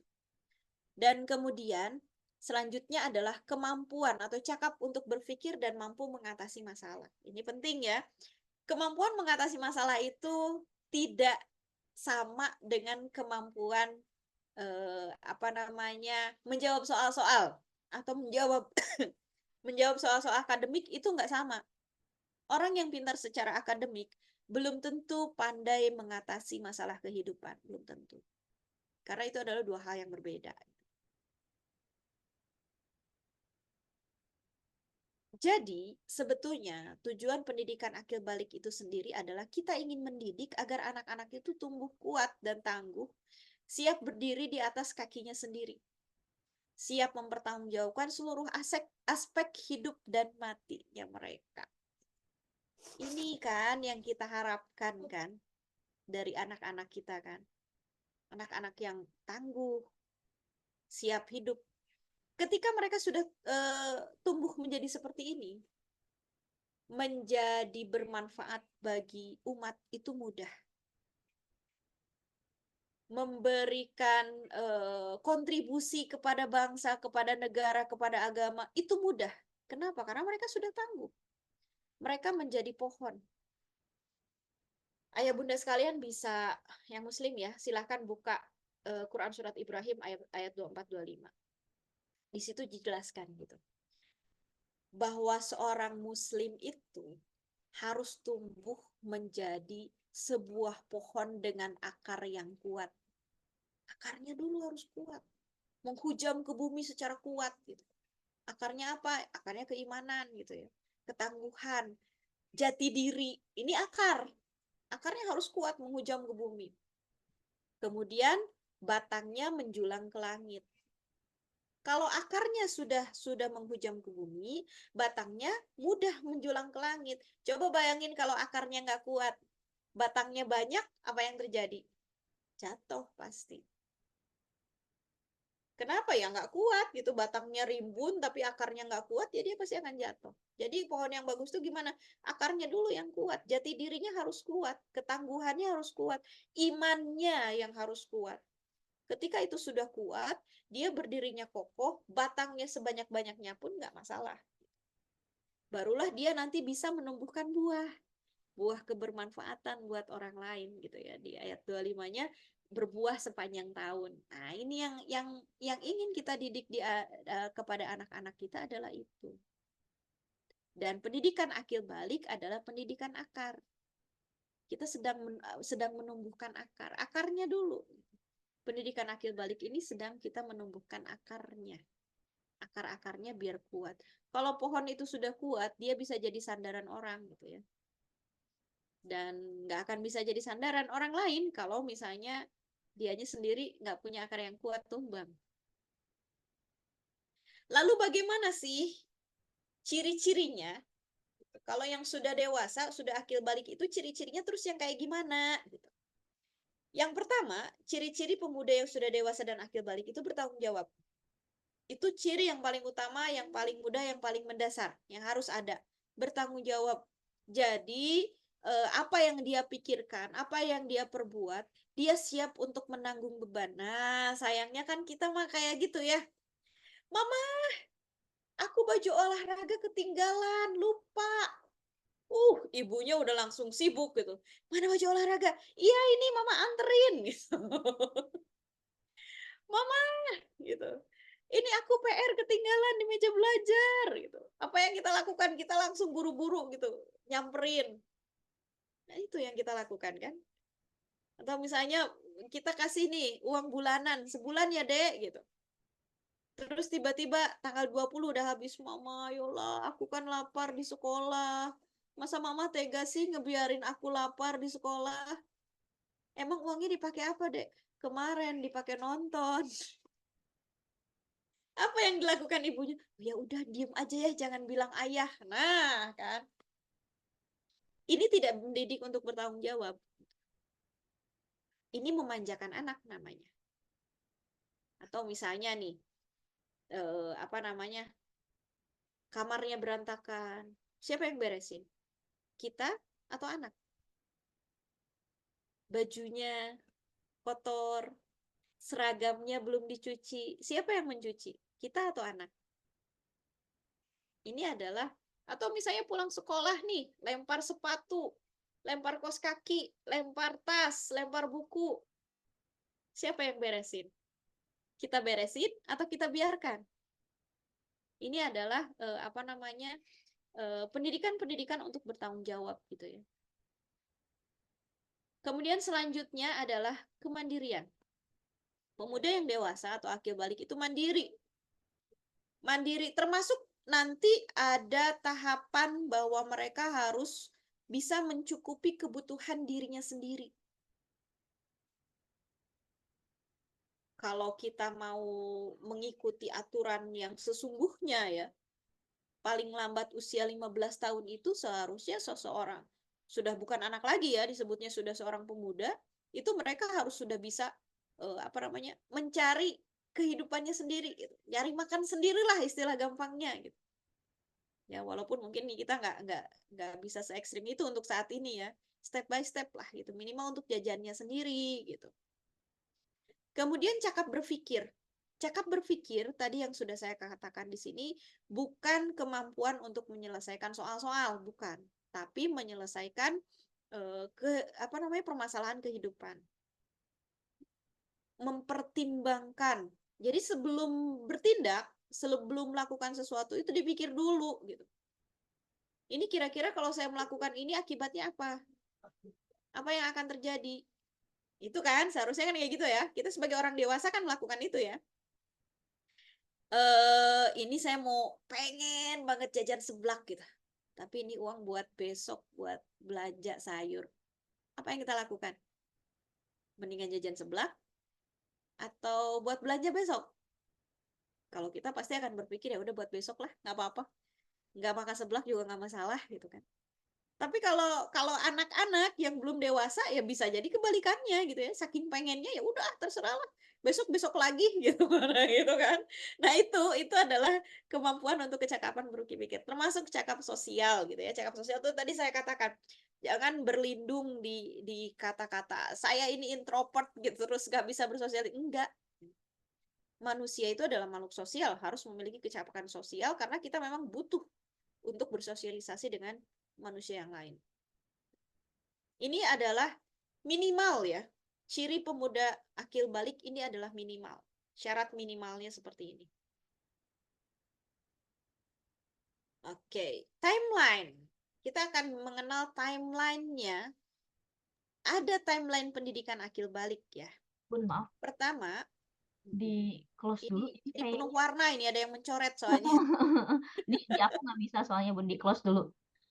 Nah, yang pertama itu di usia 0 sampai 7 tahun. Jadi dimulainya kapan sih pendidikan akil balik gitu ya? Ada yang mengatakan ya udah pendidikan akil balik masih jauh, anaknya baru 7 tahun misalnya, baru 3 tahun, nggak usah dulu. Oh no, pendidikan akil balik itu dimulai dari usia 0 sampai 7 tahun. Itu kita mulai dengan pendidikan ego. Bukan egois ya, ini adalah pendidikan ego. Pendidikan tentang konsep diri, mengenal diri. Ini pendidikan ego. Nanti kapan-kapan kita ada waktu buat jelasin ya, Bunda Negara ya. Adalah waktu khusus nanti. Kemudian di usia 7 sampai 12. Nah, ini 7-12 ini adalah waktu utama untuk pendidikan akil balik. Waktu utamanya adalah di usia ini. 7 sampai 12 tahun adalah waktu yang paling utama untuk pendidikan akil balik. Kemudian di usia 12 sampai 15 tadi dikatakan bahwa ini adalah waktu tambahan lah ya untuk pemantapan akil balik. Ini pemantapan akil balik di usia 12 sampai 15. Berarti ini usia SMP ya. Usia pendidikan akil balik sendiri itu dimulai dari usia SD, dari awal usia SD gitu ya. Pemantapannya di usia SMP dan kemudian nanti di usia 15 sampai 18 katakan ini usia SMA, itu ada yang disebut dengan tahapan remagogi. Remagogi itu apa? Remagogi ini adalah tahap perbaikan jika misalnya pendidikan akil baliknya belum selesai, belum mantap, sehingga anak-anak terlanjur menjadi remaja gitu ya, terlanjur menjadi generasi stroberi gitu ya. Nah, ini penyelesaiannya adalah di tahapan remagogi ini. Kita perbaiki di tahapan ini. Insya Allah nanti setelah ini kita akan ada semacam kajian intensif pendidikan akil balik gitu ya yang akan diselenggarakan oleh Sekolah Bakat Indonesia. Nanti kita akan bahas secara detail, secara merinci tentang hal ini ya. Jadi ini sekarang baru sekilas informasi sekilas aja gitu, baru preview. Oke, selesai materinya sudah habis. Terima kasih. Silahkan dilanjutkan oleh Bunda Negara. Wow, Masya Allah. Catatanku sampai full, Bun. Padahal ini baru preview gitu ya, istilah katanya gitu. Dan ternyata kalau tadi di timeline itu pendidikan akil balik untuk pendidikan akil balik itu 7 sampai 12 tahun, artinya kalau anak kita 12 tahun, kita sudah terlambat. Ya nggak sih? Ya Allah, gitu kan. Jadi mudah-mudahan ini sih nggak jadi bukan sesuatu yang kemudian ya udah karena udah terlambat jadinya nggak belajar gitu ya. Meskipun ini range anakku tuh 12 tahun tapi mudah-mudahan ini saat yang tepat gitu untuk ikut belajar pendidikan akil balik. Nah, ngomong-ngomong tentang pendidikan akil balik nih, teman-teman semua, kami dari Sekolah Keluarga Indonesia, dari Rumah Konsultasi Bakat dan juga Sekolah Bakat Indonesia, itu akan mengadakan akselerasi pendidikan akil balik. Jadi, aku izin share dulu ya informasinya teman-teman. Sebelum nanti barangkali teman-teman ada yang mau ditanyakan. Karena kayaknya kurang afdol kalau belajarnya cuma setengah-setengah. Tadi seperti yang Bunda Rima juga katakan gitu kan, ketika mau belajar itu harus utuh. Pendidikan akil balik adalah pendidikan yang akarnya kuat, di mana kita ketika mempelajari itu harus utuh, menyeluruh, sehingga emang nggak jadi bantut gitu. Gitu ya Bun ya? Kalau aku nggak salah dengar nih Bun nih, punten. Nah ini informasinya teman-teman, jadi nanti kita akan membuat kelas akselerasi pendidikan akil balik, di mana temanya adalah membangun pemuda tangguh berjati diri.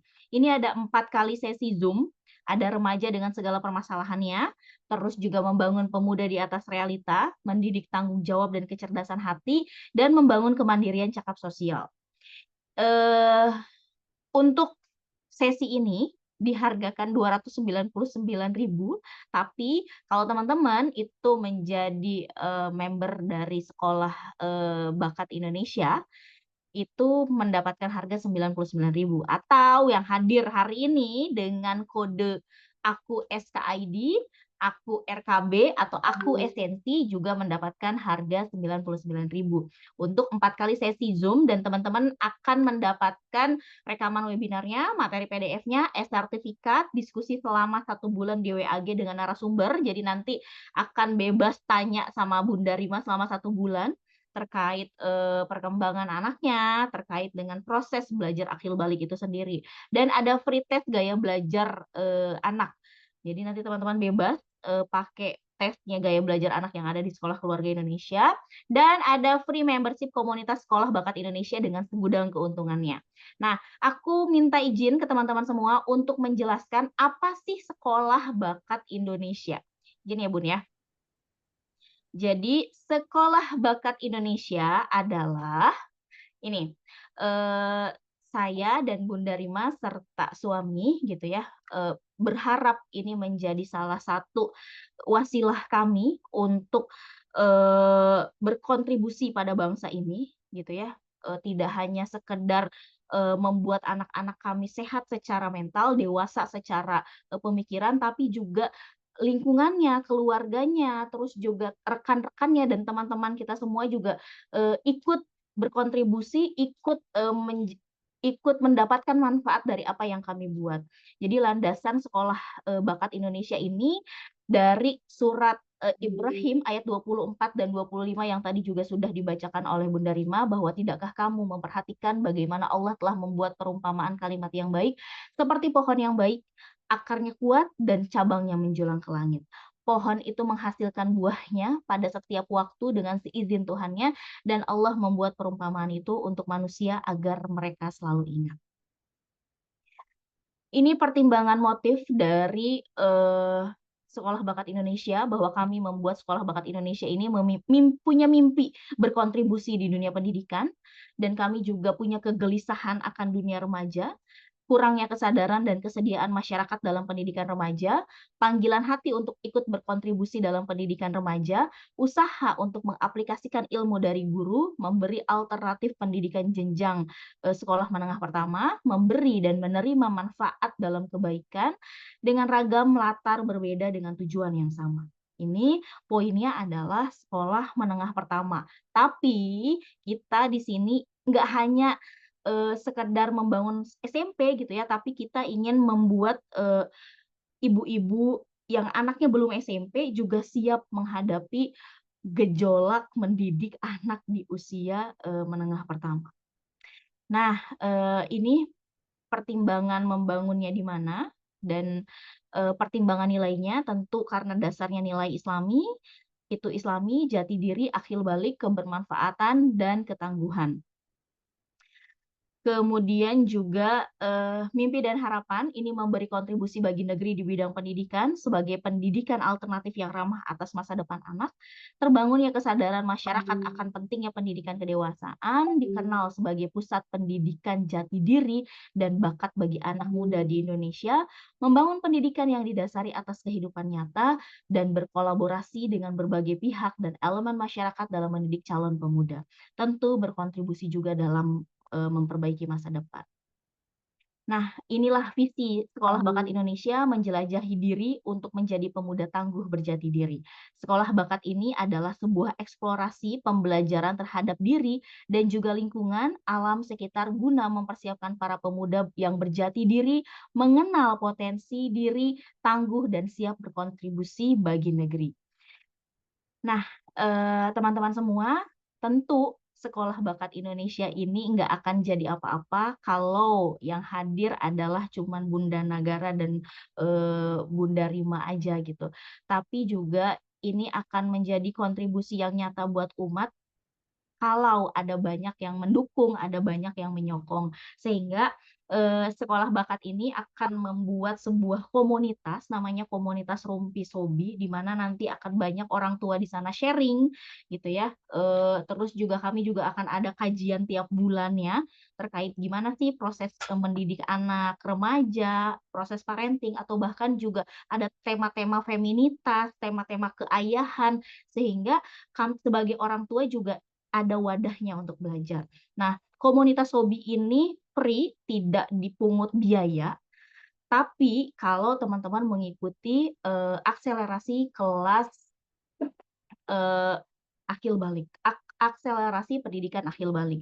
Jadi silahkan teman-teman di sini yang berkenan untuk melanjutkan belajar di Sekolah Bakat Indonesia untuk akselerasi pendidikan akhil balik bisa mengikuti kelas akselerasi pendidikan akhil balik, kemudian free membership menjadi komunitas sekolah bakat Indonesia, di mana nanti akan ada kajian tiap bulan rutin, akan ada talents club juga buat anak-anak, dan teman-teman bisa berkontribusi nyata gitu, mau jualan di grupnya akan ada market day, terus juga teman-teman punya potensi apa sehingga bisa memberikan kontribusi itu kepada umat juga dipersilahkan gitu. Jadi itu barangkali yang ingin saya sharing terkait dengan akselerasi pendidikan akhil balik dan juga komunitas Sekolah Bakat Indonesia.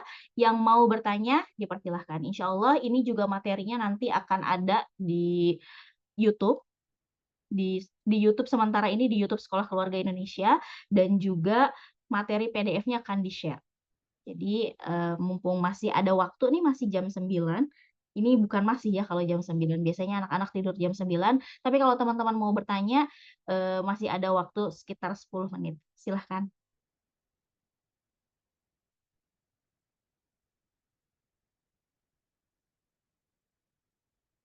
Oke, apakah ini tuh kondisi silent mode ini bingung? Ini gimana gitu ya? Campur antara, aduh kayaknya bisa nggak ya gitu mendidik anak di usia ini. Bunda izin bertanya dong, Bun. Ya, ada Bunda Ai, mangga Bunda Ai. Ya, Assalamualaikum warahmatullahi wabarakatuh. Terima kasih Bunda Rima yang telah memberikan materinya sangat luar biasa. Banyak banget ilmunya yang baru saya ketahui gitu ya, Bun. Nah, terkait dengan pendidikan tadi ya, untuk anak yang sekarang kita sebut sebagai generasi strawberry, salah satu yang membuat anak-anak kita yang generasi strawberry ini menjadi istilah kata mereka menjadi kurang struggle, kemudian juga mereka menjadi kurang banyak bersosialisasi. Itu dipicu juga dengan memang semacam gadget gitu ya Bun. Jadi mereka lebih banyak berinteraksinya itu dengan handphone atau dengan laptop gitu ya. Nah, kalau misalnya kalau zaman dulu ya, zaman saya waktu kecil, anak-anak itu kan kalau misalnya kita tahu misalnya anak si A mah dia banyak banget lesnya, les ini, les bahasa Inggris kan ya, les nari semacam itu ya. Padahal masih anak-anak, mendingan banyak mainnya aja gitu ya kalau zaman kita dulu sebelum ada gadget. Nah, kalau sekarang sudah ada gadget gitu ya, Bun. Nah, saya malah sekarang jadi berpikirnya begini, kegiatan apa gitu ya yang bisa membuat anak-anak menjadi tidak lantas di depan laptop, karena permainannya pun sekarang mainan-mainan tradisional yang biasa kita mainkan di zaman dahulu itu memang sudah nggak ada. Jadi mainnya anak-anak sekarang tuh mabar, istilahnya di handphone, di gadgetnya kayak Free Fire lah atau Roblox yang seperti itu ya Bun. Nah kalau misalnya kita sebagai orang tua akhirnya mengambil jalan, ya udah deh mendingan sekarang anak saya banyak les aja di luar, misalnya cariin mau les renang, les pelajaran atau apa, biar nyampe rumah tuh nanti udah capek, misalnya seperti itu ya Bunda. Itu sebetulnya kalau seperti itu udah baik atau tidak ya Bun? Makasih ya Bunda atas kesempatan bertanyanya. Oke, sama-sama Bunda Ai. Oke, mangga Bunda Rima. Iya, oke. Terima kasih Bunda Ai atas pertanyaannya. Bunda Ai ini tinggal di mana nih? Boleh tahu? Di Pamulang, Tangerang Selatan Bunda. Oh, Pamulang. di ya, di Iya, ya. betul. Oke. Jadi sebetulnya gini sih Bun. Saya sebetulnya setuju dengan orang tua kita zaman dulu. Sampai sekarang ya, sampai sekarang gitu. Bahwa anak-anak itu harusnya bermain. Dan memang betul gitu. Anak-anak itu yang mereka butuhkan adalah bermain. Makanya kalau dulu masih ingat buku Bobo nggak, majalah Bobo. Belajar sambil bermain sambil belajar gitu ya. Bermain sambil belajar, belajar sambil bermain gitu. Nah, itu ya. Teman bermain dan belajar, nah itu ya Bobo. Nah, itu sebetulnya saya lebih setuju dengan itu. Dan memang secara perkembangan anak di usia SD ya, terutama ini sebetulnya dari bawah ya. Itu adalah tahap-tahap mereka untuk bermain, eksplorasi, bersosialisasi, kemudian mereka menjelajah itu di usia 7 sampai 10 gitu. Makanya kalau misalnya kita lihat, kenapa sih anak-anak sekarang kalau main game, main cari permainan, pasti yang akan mereka cari adalah permainan-permainan yang memang tentang petualangan. Pasti ada petualangannya. Kayak Mobile Legend atau FF atau apapun gitu ya. Itu kan bentuknya petualangan ya. Walaupun petualangan dengan bertempur dan segala macam, tapi itu petualangan. Membuat hati berdebar-debar gitu ya. Membuat orang itu jadi ya pokoknya seperti itulah ya, bentuk-bentuk eksplorasi gitu sebetulnya. Karena memang di usia-usia tersebut adalah usia-usia anak untuk eksplorasi, menjelajah sebenarnya mah ngebolang gitu ya. Sebenarnya mah ngebolang gitu. Paling pas, paling tepat ngedidik anak di usia 7 sampai 10 tahun itu ya dengan ngebolang. Nggak ada lagi. Biarin aja kayak kita dulu ya. Tidur siang, iya tidur siang. Ibunya tidur, kitanya keluar gitu ya. Main di sawah, nyari belut gitu ya, nyari telur bebek gitu. Nyari impun gitu ya. Nah, itu yang memang paling tepat tuh sebetulnya itu gitu ya.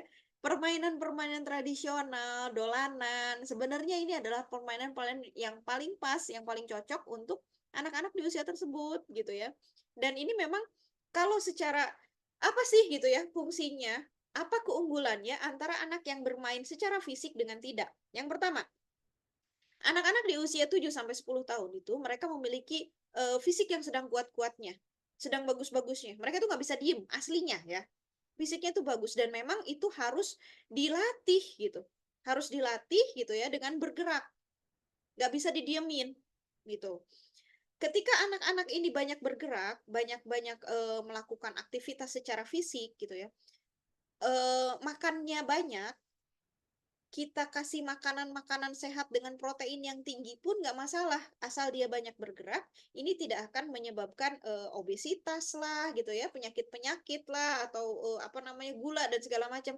Kalau mereka banyak gerak, insya Allah aman gitu ya. Sport, olahraga dan segala macam. Itu yang pertama, mereka sedang membutuhkan banyak bergerak di usia ini. Pemantapan sebetulnya pemantapan. Jadi kalau misalnya kita lihat dari secara fisik ya, pertumbuhan tulang gitu, pertumbuhan apa namanya organ-organ di dalam itu memang mereka sedang dibutuhkan untuk banyak bergerak di usia 7 sampai 10 tahun. Kemudian yang kedua, di masa usia 7 sampai 10 tahun ini anak-anak sedang berkembang yaitu kemampuan sosialisasi. Di bawah 7 tahun, anak-anak ini adalah orang yang ego. Mereka mengatakan kepada dirinya bahwa I am the center of the earth. Mereka adalah pusat dunia. Mereka tidak peduli dengan kiri kanan gitu ya. Yang penting aku gitu. Karena memang sedang pendidikan ego nih gitu. Yang berkembang adalah pendidikan ego di usia ini. Nah, tapi di usia 7, mereka akan berubah menjadi orang-orang yang sosial, tergantung dengan temannya. Coba bunda-bunda lihat deh. Anak-anak kelas 1, 2, 3 gitu ya, sangat lengket sekali dengan teman-temannya kan.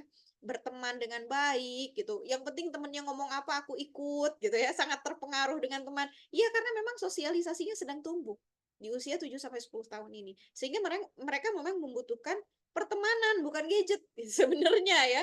Mereka yang butuhin tuh teman. Teman sosialisasi yang benar. Itu yang real, bukan gadget gitu di usia ini. Kemudian yang selanjutnya, secara perkembangan, mereka itu sedang membutuhkan tantangan. Sedang membutuhkan tantangan-tantangan dan membutuhkan aturan-aturan yang berlaku. Jadi permainan-permainan yang dulunya acak di usia 7 ke bawah, di usia 7 sampai 10 itu mereka sedang ditantang untuk mengikuti aturan-aturan yang ada aturannya. Kayak misalnya main gobak sodor, ada aturannya kan gitu. kayak main apa salamanda gitu ya. Kayak main misalnya bentengan, itu kan ada aturannya dan mereka sedang membutuhkan aturan-aturan permainan seperti ini. Perlombaan-perlombaan, mereka sedang sedang sedang apa namanya? Menyukai hal-hal yang begini gitu. Makanya gadget itu dengan game-game yang tadi yang saya sebutkan itu sangat menarik buat mereka karena itu memenuhi kebutuhannya. Kebutuhan yang mereka dapatkan itu ya mereka penuhi walaupun fisiknya nggak bergerak ya gitu. Tapi itu akan menyebabkan apa namanya kesehatan fisiknya jadi nggak bagus nantinya di masa yang akan datang. Itu ya Bunda ya. Jadi kalau misalnya, jadi gimana dong? Tapi kan nggak ada teman. Ya memang mendidik mendidik satu anak itu butuh satu kampung itu memang betul gitu ya. Jadi kita butuh apa ya? Mendidik tetangga-tetangga kita gitu ya, mendidik, anak-anaknya tetangga gitu ya, agar agar apa, agar anak kita punya temen gitu ya. Seperti yang kami lakukan di rumah konsultasi bakat gitu ya. Kami, setiap liburan seperti ini, kami bekerja sama dengan sebuah sekolah, kemudian kami mengadakan kampung liburan gitu ya. Jadi anak-anak ya explore explore ke sawah gitu ya. Main, apa namanya, jalan-jalan, bikin bikin perlombaan detektif dan segala macam gitu, seru-seruan gitu, memanjat, cruising dan segala macam. Itu yang kami lakukan di ini. Misalnya termasuk dolanan ya, bunda-bunda ya, permainan-permainan zaman dulu itu sebetulnya itu banyak sekali manfaatnya. Coba Bunda bayangkan, pada saat kita main dakon, ada yang tahu dakon? Kalau orang Sunda bilangnya congklak, tahu nggak?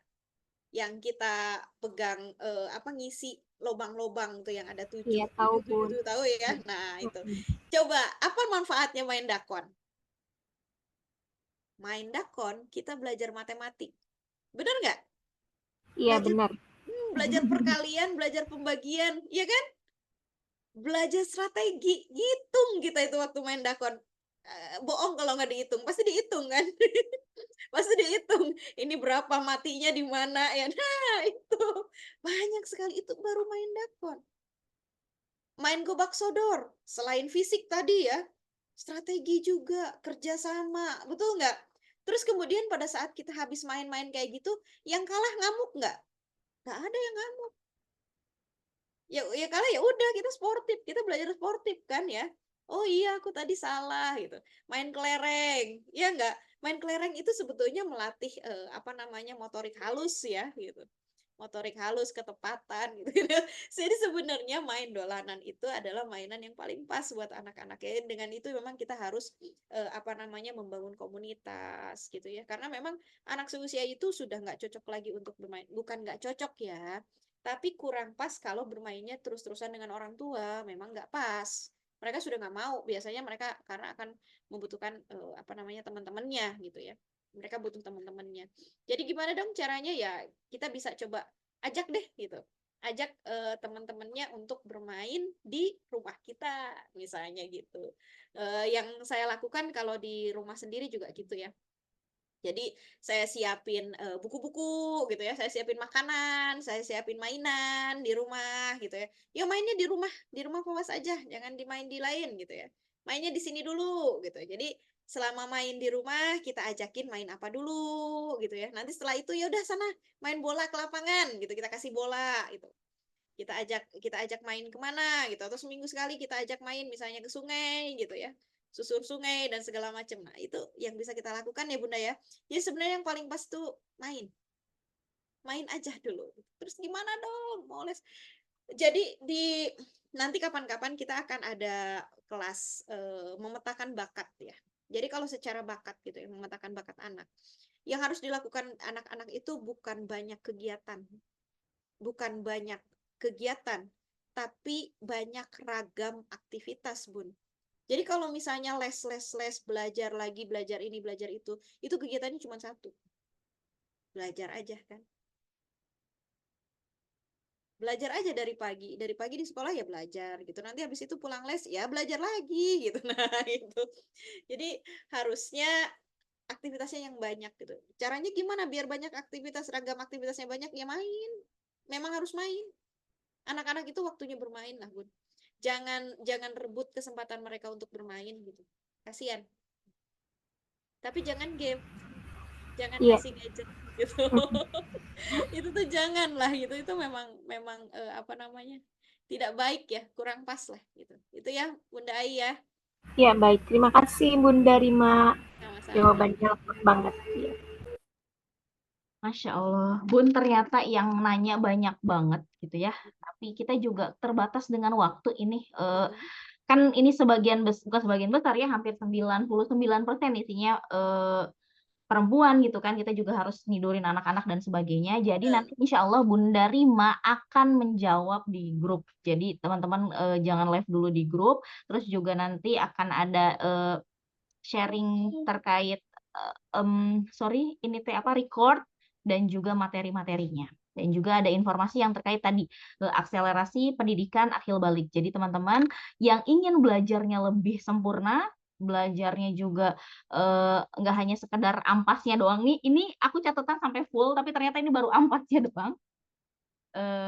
Apa sih namanya, mau lebih utuh menyeluruh, nanti bisa ikut kelas akselerasi pendidikan akhir balik. Oke, barangkali itu ya teman-teman ya, punten. Jadi yang nanya di sini saya udah kopas semua. Jadi nanti saya akan kirim ke Bunda Rima untuk bisa dijawab di WAG. Mungkin nanti lebih cepat bisa pakai voice note aja kali ya Bun ya. Ya, boleh. Misalnya agak lambat dengan diketik ulang karena jawabannya ternyata tadi aja segitu aja lumayan ya. Banyak banget Masya Allah. Oke, itu barangkali ada closing statement nggak Bunda Rima? Iya, jadi yang ingin saya tekankan lagi di sini kepada bunda-bunda sekalian adalah kesadaran ya. Karena yang namanya mendidik itu diawali dari kesadaran kita sebagai orang tua, apa sebetulnya tujuan kita mendidik anak, dan apa yang ingin kita didik kepada anak-anak kita ingin jadi anak-anak yang seperti apa, itu yang harus kita lakukan bagi mereka. Kita harus sadari bahwa kita nggak akan selamanya ada di dekat mereka, jadi kita harus didik mereka agar mereka bisa hidup di atas kaki mereka sendiri. Itu aja ya. Terima kasih teman-teman. Mohon maaf atas segala kekurangan. Sampai jumpa di lain waktu. Assalamualaikum warahmatullahi wabarakatuh. Waalaikumsalam warahmatullahi wabarakatuh. eh Teman-teman semua di sini, adab baik kita terhadap guru kita, yaitu kita mendoakan, nggak hanya sekedar say thanks, makasih Bunda Rima, nggak hanya sekedar itu, tapi kita mendoakan mudah-mudahan Bunda Rima dan keluarganya diberi kesehatan, diberi keberkahan ilmu, menjadi keluarga yang sakinah mawaddah warohmah, cita-cita anaknya semua terkabul, dan juga bisa makin semangat gitu ya ngajarin kita nih yang belum paham dengan ilmunya. Dan juga bantu juga doa teman-teman untuk Sekolah Keluarga Indonesia dan juga Rumah Konsultasi Bakat serta Sekolah Bakat Indonesia. Mudah-mudahan kami bisa terus meluaskan kebermanfaatan tidak hanya hari ini doang nih, tapi juga ke depannya juga. Gitu. Oke, saya sebagai moderator di sini mohon maaf jika ada banyak sekali kesalahan. Terima kasih teman-teman sudah mau hadir di sini. Sebelum diakhiri, yuk sama-sama kita baca istighfar dulu. Astagfirullahaladzim, astagfirullahaladzim, astagfirullahaladzim. Dan doa kafaratul majelis. Subhanakallahumma wa bihamdika. Asyhadu alla ilaha illa anta astaghfiruka wa atubu ilaik. Sebelum lupa, ini saya pengen foto dulu kali ya. Buat apa? Dokumentasi. Teman-teman juga nanti bisa share insight-nya apa gitu ya di sosial medianya teman-teman. Udah malam jadinya rada ngeblank. Oke, mangga dibuka kameranya bagi teman-teman yang berkenan untuk membuka kamera. Di sini juga sudah ada Bunda Widiawati, Bunda Ai, Bunda Siska, Bunda Ramadayani, terus juga Bunda Arita. Ternyata kita siap ya, padahal udah lengkap gitu pakai jilbab, bukannya dari tadi weh gitu. Dibuka kameranya. Oke. Oke, Bunda Yohana juga sudah, Bunda Cutnetia Mutia, Bunda Widya juga udah oke. Kita smile di kamera. 1, 2, 3, cheers. Oke, ini untuk yang slide pertama. Sekarang kita lanjut slide yang kedua. Yang kedua, oke. Ini sudah hitam-hitam semua. It's okay. 1, 2, 3, cheers. Nah, satu lagi di yang ketiga. Oke, 1, 2, 3, cheers. Sambil kelon anak. Iya, ini saya si bungsu di belakang udah, "Ayo Bun, ayo Bun, ayo Bun." Jadi punten ya, apa sih namanya, pertanyaan-pertanyaan nanti dibalasnya di WA-G aja. Jadi jangan menghilang dulu dari WA-G-nya, gitu. Oke, sekali lagi hatur nuhun, terima kasih teman-teman sudah hadir di sini. Saya tutup ya, billahi taufiq wal hidayah. Wassalamualaikum warahmatullahi wabarakatuh. Salam buat semua anggota keluarga, sehat semua. Terima kasih semuanya. Iya. Assalamualaikum. Terima kasih banyak ilmunya. Assalamualaikum Negara, warahmatullahi Bu Rima. Terima kasih banyak Bunda Negara, Bunda Rima. Izin live. Ya, silahkan. Terima kasih semuanya.